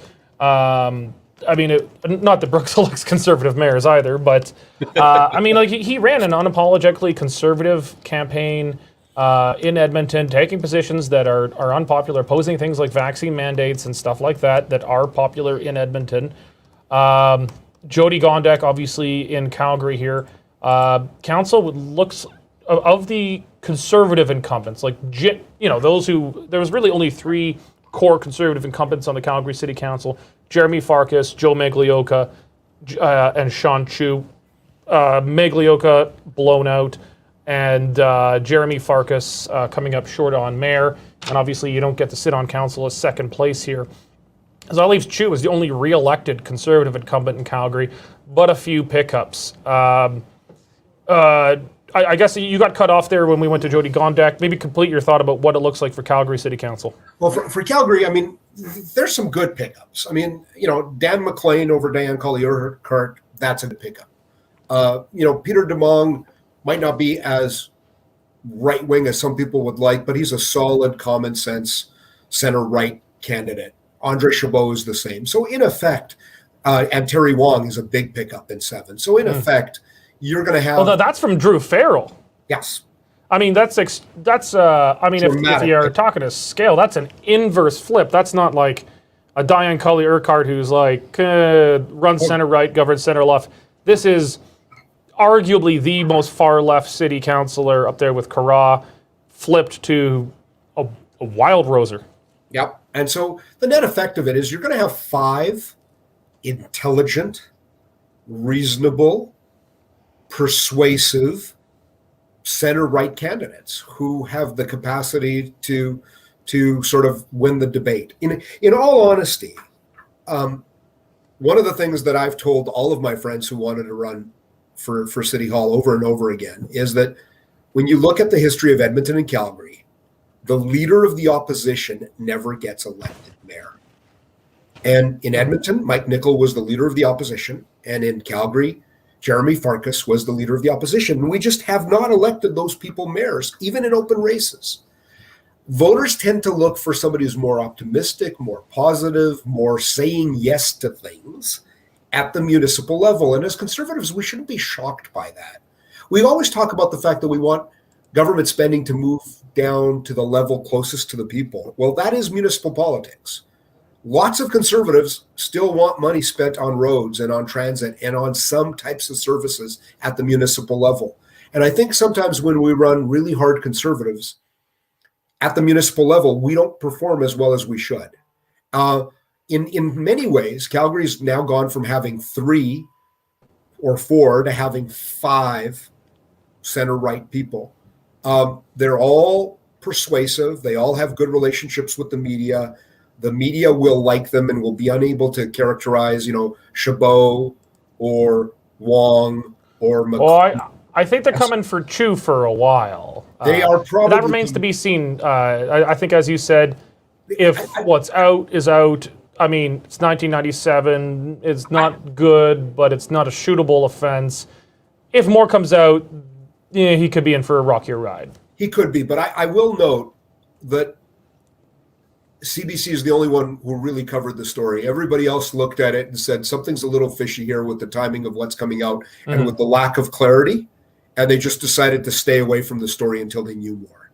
So there's either going to be more in a positive way for Chu or more in a negative way for Chu, and we'll find out when that happens. But if I could just interrupt, Vitor, there has been some additional reporting out today that is very bad towards Sean Chu. CTV reported that he, in fact, had visited the underage girl at her house and engaged in sexual foreplay with her, and at one point took his gun out inside her residence. So it wasn't just a brush of the leg. It's gotten significantly worse for Sean Chu the last 24 hours. Well, and we'll see. They're all reporting off of the same paper, so we'll see what comes of that. Ultimately, that's what you're facing in Calgary. In Edmonton, the shocking thing in Edmonton that I think I haven't heard anybody comment on, and I've been following social media, is we went from having 1 female city councillor to having 8. The boys are now in a decided minority on Edmonton City Council. Essentially, you have, I think, 3 male councillors getting reelected: Knack, Cartmel, and Paquette, and they're joined by Michael Jans. But every other seat has been won by a woman in Edmonton. So we now have, 8 of the 13 people on Edmonton City Council will be female, when we only had 1 female before. That's kind of surprising and interesting. You had councillors Mo Banga, John Zadek, and the only female councillor, Bev Esslinger, go down in defeat in Edmonton. That's interesting and fascinating, and sort of a function of a very, very low voter turnout, like 35% in Edmonton. So, a lot of the strategies that were talked about and how they would get extra Conservatives out to vote, those did not pan out. You have Amarjeet Sohi winning with a little bit right around, I think it's 44%. Yeah, 44% of the vote total. Edmonton is. I have really breaking news from the Calgary mayoral race. Larry Heather has 436 votes. Doubled his total from last update. Yeah, Larry Heather, for those who don't know, is a perennial candidate, not just for Calgary mayor, but for MLA, for MP, for any by-election or general election. If we elected dog catchers, runs in absolutely everything. He has managed 436 votes. Do you think he could beat Jason Kenney for dog catcher now? I'd like to see a runoff between Larry Heather and Jason Kenney right now. It'd be close. It would be very close. Yeah, and I think a big takeaway here is it's odd. I mean, the most, among Conservatives, the ones who say, don't split the vote, unify, get behind our guy, tend to be the more centrist Tories, red Tories. And in Calgary's mayoral race, you saw them not exactly do that. You saw, so you had, a pretty impressive showing from Jeff Davison at 15%. That's nothing to sneeze at. That's a pretty good it's a good ran for mayoral candidate. Bradfield, I think I saw somewhere 5%. 5%. And then there's a few other moderate center rights. They just, I don't think anyone has an obligation to drop out and support anyone else. And I think people should vote for the candidate that matches their values. So, but I mean, there at the same time, but Derek, pragmatism doesn't play no role whatsoever. And that kind of school of thought, that kind of Tory unified, don't split the votes. I mean, I would not be shocked if these were the kind of people who said, don't vote for the PPC, you got to get behind the Conservative Party of Canada. And these guys did not drop out or do anything to throw their support behind Farkas, which could have stopped the election of a union mayor. Derek, I think one of the things that probably Conservatives should start a discussion on, especially at the municipal level, is, should we go to something like a model that gets used in all sorts of American states, the model that gets used all over Europe, which is that if you don't get 50% of the vote in a multiple candidate, nonpartisan structure, there's a runoff between the top two. Mm-hmm. And that would have a dramatic impact on lots of these races. Like, essentially, I think if you go look at Gondek's percentage, it's probably pretty close to where Nenshi's percentage was in 2010. Now, Nenshi was a surprise, and there was a big upturn in support for him. But there's something to be said for doing consolidation and runoff. I mean, I feel bad for the voters of Calgary. What were there, 23, 24 people on the mayoralty ballot? I know we want to be all for democracy, but democracy where you can't really learn anything about the candidates isn't really democracy. And especially in an environment where you don't allow political parties, so that the voters don't benefit from having the shorthand. And you get the way election finance is set up here, and it's set by the province, the left, because of the way unions can fund campaigns, they de facto have a political party. It's just decided there's no leadership vote, there's no nomination vote.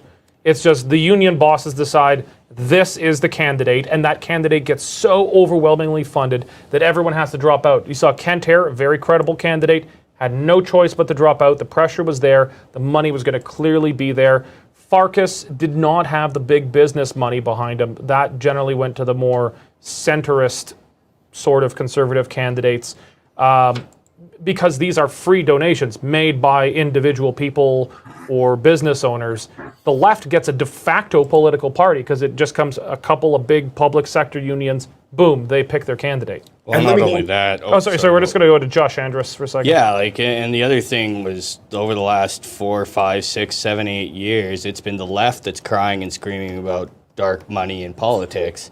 And we're the ones sitting here watching the unions dominate that dark money conversation. It's really frustrating to watch, and I don't have a solution for it, but we need to figure out a way to deal with the unions and how much, especially the public sector unions, and how much they impact our elections.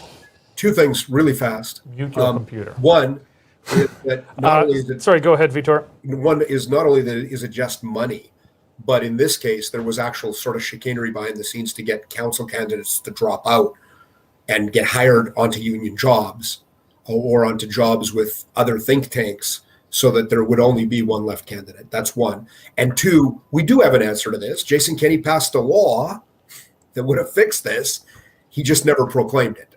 So there is a law on the books that says unions can't spend money on politics without getting the individual sign-off of union members to spend their money on politics. But that law passed the legislature. The lieutenant governor signed it, but it hasn't been put into effect yet. And, the power that be to the unions in Calgary and Edmonton, they said, well, if they're not putting it into effect yet, we're going to take advantage of it at the very least for this one last time. Well, I know Drew Barnes and Todd Lowen made some hay going after Jason Kenney over this. Why in God's name wouldn't Jason Kenney proclaim this? It's passed the legislature. It's done. He's just got to make a phone call to the lieutenant governor and say, sign a piece of paper. It becomes a law. No. That's not what proclamation means. The lieutenant governor has signed it already. Cabinet gets to declare it into effect. It's even easier. Okay, yes. So it's okay, even so easier. Why didn't he do that? It makes no sense. Well, you're going to ask me. This is a space for my own very intense personal biases. Let's go there. We write very horrible laws in Alberta, and we have a tradition of putting in proclamation clauses in our laws. It's almost unique to Alberta, where we pass law after law after law, and everybody thinks they passed, but they haven't really passed because they only really pass when cabinet decides they've passed. And it's a tradition left over from the PCs. It sucks. It's a horrible thing. 40% of the laws that Jason Kenney has passed as premier have either not been proclaimed in whole or in part. That's another crazy thing that we do in Alberta. We give the cabinet the ability to say, this part of the law is the law, but this part of the law isn't the law yet. And it's garbage. The excuse that they make is, well, it gives the bureaucracy time to get ready for the law. Well, no, that's not right. The way it should work is that the bureaucracy, when you write the law, you tell the bureaucracy, you got 6 months, you got 8 months, you got a year and a half to get ready for it, and then the law goes into effect. And there shouldn't be these cabinet artificial creation of a law gets 3 readings, passes all 3 readings, gets signed by the lieutenant governor. It should be a law, not it comes back to cabinet at some point for them to declare that it really is a law. This is a problem, and it's something that got done. And had that union money law been put into place for this election, it would have had a dramatic impact in the Calgary race and in the Edmonton race, but it didn't get. So we get what we deserve, I guess. I have personally heard this Vitor speech several times over, and I never. It's a good speech, and not enough of you at home have heard it before. So I felt you all deserved to hear that in full. Danielle, we're talking about union money, dark money in this. Josh brought up the point that, it's more often than not the left that's talked about dark money in politics, big, powerful financial interests trying to control things. But it was very clearly the unions supporting leftist candidates here. What do you think? Of course, it had some impact, but do you think it was the decisive factor in Gondek's victory tonight? I think it was the decisive factor in getting all of the brand new candidates the name recognition. I mean, if you look at a lot of these wards, if you've got 10, 12 candidates, how are you supposed to make any kind of headway? How are you supposed to get your name out there above the rest? You need a little bit of help. And so that's the thing that the unions are able to provide. When you think about a couple of the ways, and a lot of it happens below the radar, because even though they did do the public endorsement, they all have their email list that they can send out to. And so if you are a union member, you'll get that union endorsement, and then you can tell 2 friends and send it along. And so that is incredibly powerful. There really isn't the equivalent on the business side. I think that's the interesting thing, is the left has managed to convince the general public that it's the big corporations that are the ones that have the most influence and power and money. It's not the way it works. I mean, the business, as you know, I'm president of a business group. My experience with business owners is that they really just want the opportunity to have a fair hearing. If they've got a regulatory issue or a permitting issue or development, they just want to make sure that they can have access, and that the politician is going to return their calls and listen to their point of view. In fact, what often happens in previous elections is that the business community would spread their money around, that they would support multiple candidates from all different sides, because they wanted to establish a relationship so that they could have an entry if they ever needed something at council. That doesn't happen with unions. Unions are very ideological, and there's no consequences.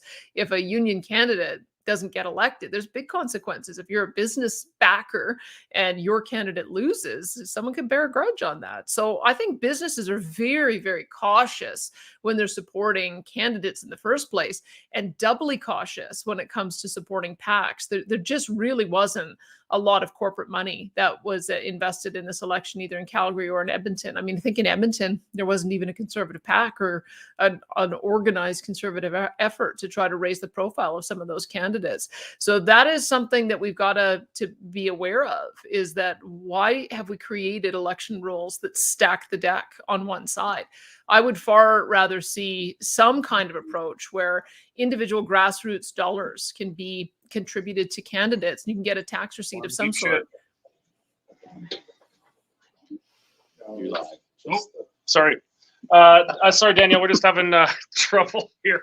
Want me to keep talking? I can keep monologuing. Sorry. I got a few more things I can monologue about here. We will have ourselves fixed in a jiffy here, but you may as well continue, because we are in deep something. Well, one of the things that I've been looking at, and I've proposed this before, because part of what happens is, remember how political tax credits work, is that they're so generous. If you give $100 to a candidate, you get a tax write-off that allows you to get $75 back in taxes at tax time. And if you give to the federal party, it comes off your federal taxes. If you give to a provincial party, it comes off your provincial taxes. There's no equivalent for our municipal candidates. I suppose you could develop a system where you could reduce your property tax bill by a certain percentage of a contribution you make to a municipal campaign, but I've never seen that. And so the fact of the matter is, people don't like this reality, but the reality is that campaigns cost money. You have to be able to print brochures and print signs and do mailers and do town halls and have the volunteers come out and be able to support them. And so if you don't have the money for those things, you're just not going to be able to run a credible campaign. And so what we've seen tonight is that name recognition wins out. There were 2 candidates who got elected just because people remember their name from when they were on council before. In Calgary, it was Andrus and Richard Pootmans. And the 3 contenders for the mayor's chair were all people who had recently been on council. So I think that that's telling. And it also should tell Conservatives, too, that if they ever want to have a success at being able to have a Conservative mayor in Calgary or in Edmonton, they got to get started by running some decent candidates for school board and for city councils, and to stop being so snobby and think that provincial and federal politics is the only place that's worth the effort. I think these 2 campaigns have demonstrated that. And so now the premier is going to face the same tough challenge that he has over the past 10 years, or the past 2 years, I guess, that he's been there, is having an antagonist in both Calgary and Edmonton who are going to be constantly critiquing his every move. And he's got an election himself in another 1.5 years' time, so it's not going to be any easier for him.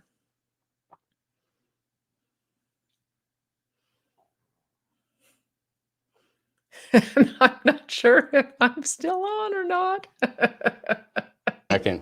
You're still on, Dan. Keep talking. Okay. I'm done monologuing. Like, hey, look, I was leader of the official opposition. I used to be able to get up to 90 minutes, I think, to make a speech. So I was telling Rob about you could learn to speak a long time at a late night sitting in the legislature filibustering a bill in Isn't opposition. it the truth? Rob was one of the best filibusterers I've ever seen. He and Paul They called me the Inman could filibuster. keep it going for hours. All right. Well, we're having serious. We're just having a video issue. We're going to have that fixed soon. But we've got some results back from the Senate for at least in Calgary. We've got the Conservatives leading. Doug Horner with a semi-decent result. PPC candidates making up the rest. But obviously no rural, no Edmonton coming in. What's your expectation there? I would anticipate that the three Conservative candidates would win. I don't know how far behind Doug Horner is, but again, with name recognition, especially with some of the rural and northern vote, there's a potential. I guess he could squeak out one of those seats. But we don't. It's not really a serious race until we have some serious reform. And who knows? I mean, maybe if we can get a constitutional discussion going, maybe we can bring back the issue of an elected Senate. The real problem, though, with the Senate, as you know, is that there's no balance to it. The fact that in Atlantic Canada, we have grandfathered in Nova Scotia and New Brunswick with 10 seats, and Alberta only has 6. That doesn't make any sense. That's just sort of an historical anomaly. So until you can fix the distribution problem and create something closer to parity, you're not really going to solve the problem with just an election. You need that effectiveness, and you need some kind of equality. There needs to be some consequences. If the federal government tries to come through with a piece of legislation that hammers a particular region, they've demonstrated that they have no problem doing that. When you look at the Bill 69 bill, which was to redraft the pipeline approval project, dubbed the No More Pipelines bill, or Bill C-48, which was a tanker ban off the northern coast of British Columbia, but only applies to bitumen. I mean, these are the reasons why you want to have an equal and effective Senate, is so that these are the kinds of policies that you can get the regions together saying that's just not fair. And we don't have that right now. So we don't really have the equality or effectiveness in the Senate. 1E Senate is just elected is not going to make the difference, especially if you elect your senators and then that will of the people gets ignored by the Prime Minister. So that's the other big problem that we have here. I don't mean to sound so gloomy and down on the Senate election, because I think it's always great when somebody's willing to put their name forward. And we had so many people put their name forward. That's, I guess, the biggest disgrace, that the Prime Minister didn't wait to take that seriously, because that could have changed the national discussion. It could have led to a discussion that would have fostered greater unity, and instead I think it's just created more division. So we've got a lot of these tough conversations to have over the coming years.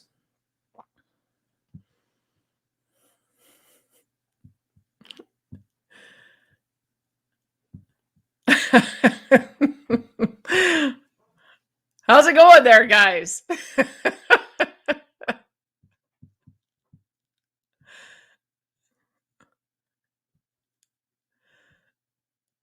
Oh, Danielle, can you hear me?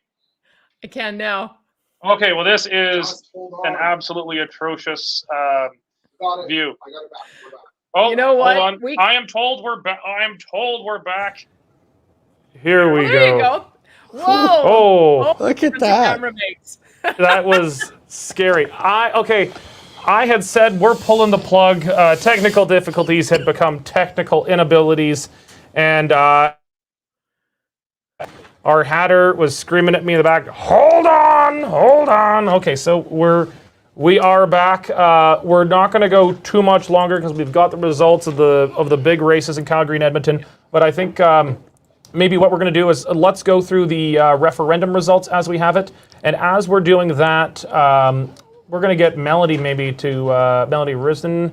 Well, she's at least going to send us some numbers. We're going to wrap up with some results of the medium municipalities that do not include Airdrie, if Rob is still watching. High River. I mean, the most important race for me tonight is in High River. My husband's running for council member, so I don't know if I'm a political spouse yet or not. Oh, geez. Now it's your turn to deal with it. Exactly. You'd think after the trauma of being a political spouse, he would know not to put you through it. I can't imagine if my wife ran for something. All of our joint friends think he's lost his mind, so so we'll find out whether or not he was successful. All right, well, we're going to go to Dave Naylor now, get an update on the equalization referendum, well, the series of referendums, at least with the results in Calgary. I mean, this is very Calgary-centric of us, but that's only because we have Calgary results and really not much else here. Let's take it away, Dave. Yeah, we're not holding it against you, Edmonton, but you're not releasing your numbers, so you don't get any coverage. Fluorides coming back into Calgary, 62% say yes, 38% say no.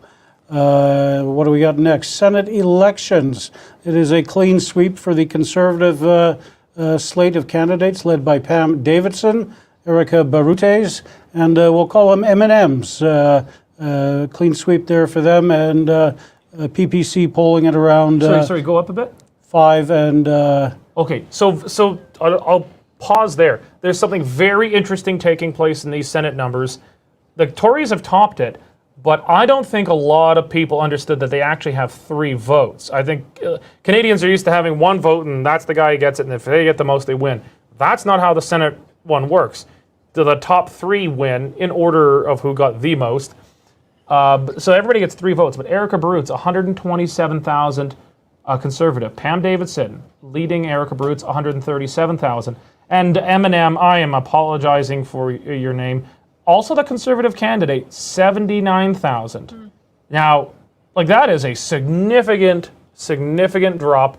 I'm not sure if it's just because no one could read the name. I don't mean to make fun of it. I'd like to point out that Jet Thunders is trailing Nadine Wellwood by under 2,000 votes. Well, close race there.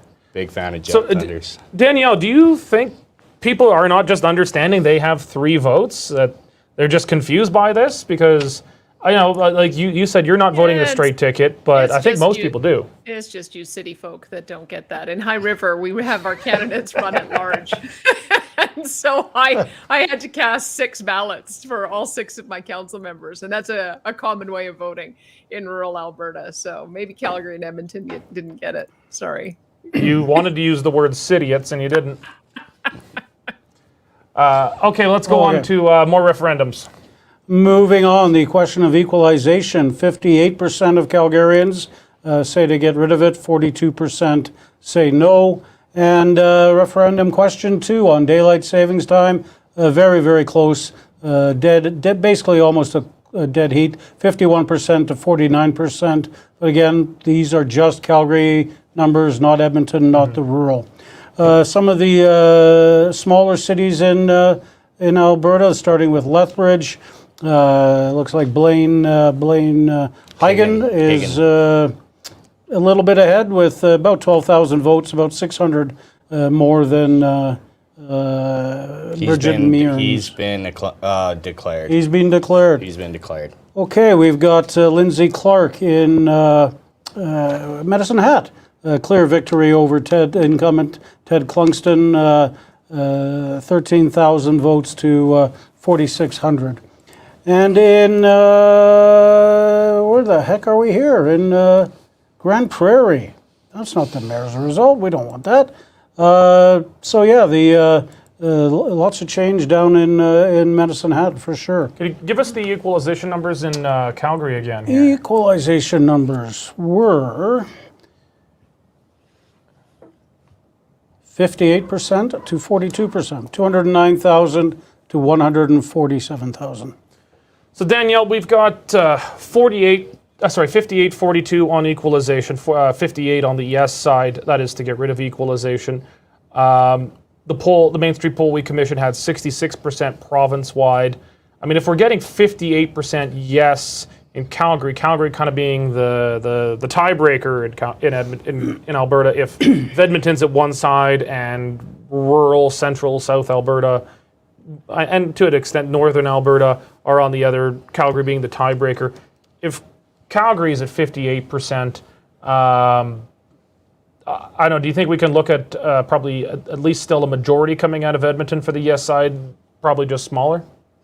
Edmonton is surprisingly conservative. I've often found that. It's just a sort of a different type of conservatism. There's a blue collar conservatism. And so they may have more NDP support, so they get it concentrated, so they get more seats. But I would say that I would expect that Edmonton would probably be in favor in a majority, because remember, it was Joe Ceci as finance minister who fought the battle on the fiscal stabilization fund. The NDP were not happy with the fact that as our our resource revenues plummeted, that we had an unfair formula that didn't allow for a top-up to come back. And so I think that may also explain a bit about why the NDP were pretty well absent in this discussion, is they kind of got the ball rolling in talking about how unfair those transfers were. So if people remember that discussion, it's a difficult topic. Well, There's about 3 people in the country who understand how the equalization formula works. But I'm not sure I would go so far as say get the ball rolling. I remember, I mean, it was my job to spank them every day about this stuff, and they reluctantly came around in time. That's what a good opposition can do. They did come around, though. So I do remember them taking that position when they went to the federal government for negotiations. So I think that is part of the reason why you'll end up with a lot more uniformity across the province and saying, yeah, we got to change this thing. Scrapping it may have been a harder pill for some to swallow, which may explain some of the higher no vote than I was expecting. But if you had asked, do you think you need to change this and get a better deal for Alberta, you probably would have got more like 80 or 90% support. Mm-hmm. Well, speaking of a yes vote, we've got a guy who loves voting yes for equalization reform so much he decorates the wall of his house for it. Kevin and Lacey, many streets in Alberta, actually, Derek. Pardon? And many streets in Alberta. And many streets in Alberta. Kevin's actually a former colleague of mine when I was at the Canadian Taxpayers Federation. He was representing a different region at the time, but he actually has a very strong, long background in Alberta. He is, like myself, a former Eastern bastard. But he's here fighting the good fight as Alberta Director of the Canadian Taxpayers Federation and I believe leader of FightEqualization.ca. Kevin, we only really have the results out of Calgary and maybe a few smaller municipalities today, but it looks like we're on track for a pretty clear win. Not as big as I think many would expect it should be. There's a lot of partisan political factors, I think, impacting things. But how are you taking tonight? With Calgary is probably the bellwether jurisdiction in Alberta. How are you feeling about the vote? We're feeling really good. Look, I think one of the things in this referendum was, to Danielle's point, that the question was hard for a lot of people to swallow and even a lot of people to understand. I think a lot of people don't spend a lot of time examining the equalization formula. You know, when I served in the government in Nova Scotia, when we had to look at how much money we were getting from equalization, often we had to get 7 or 8 bureaucrats in Ottawa to try to figure out what it all meant. So it was a big task for voters to understand fully what the impacts would be of equalization. But I think one of the things, Derek, that makes me feel so good about the results tonight is because if you look at the popularity of the provincial government, you look at the growth of opponents, but mostly from the academic ranks to the equalization question. You know, in the end of this last week, it was actually a tough slog to try to convince people and tell more about the story of Alberta when it comes to equalization. So I think tonight's a good win for the province. I think no matter who's in the premier's chair or which party's in office, I think this is a really good step. I mean, we know that equalization has only changed in Canada when premiers have put their foot down and the public have put their foot down and demanded more. I mean, the last major change came with the Atlantic Accords, and that happened only because Premier Danny Williams of Newfoundland at the time flew the Canadian flag upside down. I mean, in this, you know, given everything that Alberta has gone through, and to be able to have a referendum like this, and send a message to Ottawa without all of that, you know, negativity, I think is a real, you know, feather in the cap of the government. And that I think as we go into 2024, which is when this current equalization formula is up and has to get renegotiated, you've given the government a big back to go to the negotiating table with. I mean, I think one of the fair criticisms here of our side in this is people are being asked to vote not on the actual question as it's written. The question as it's written, paraphrased, is, do you agree with removing the equalization principle from the Constitution? But then we're told by the Premier, well, that's not actually what we're trying to do. I agree 100%. I think, you know, if we had to do this all over whatsoever. Sorry, 1 second here.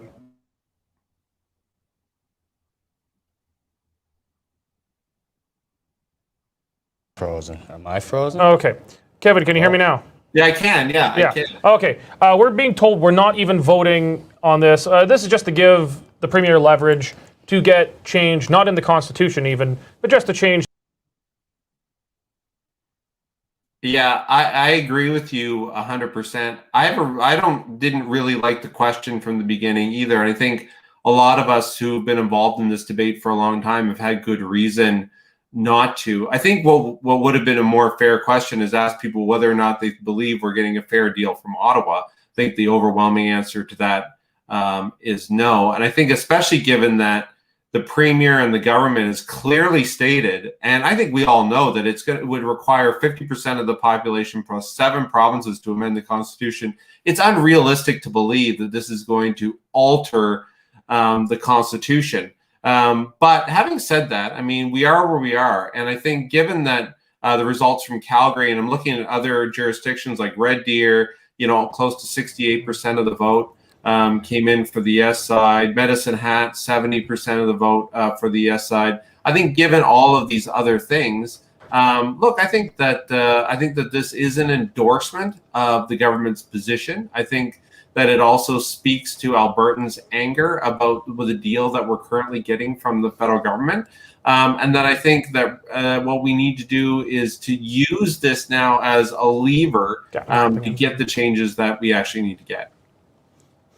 All right, Kevin. Well, we've been enduring. Our tech has held up pretty well, but I think we've reached the end of our abilities for the evening. We don't have video, but we were still able to talk to you. Thank you very much for joining us tonight. I appreciate your insight on this and the work you've done with the Canadian Taxpayers Federation, fightequalization.ca. Again, we don't have the final results in tonight, but if we're looking at 58% in Calgary, I think it's fair to project it's probably going to come out probably with a result above that across the province at the end of the day. Thank you very much for joining us, Kevin, and thank you all of you who have joined us tonight. We appreciate sharing your time with us on election and referendum night. God bless and thank you. We're done.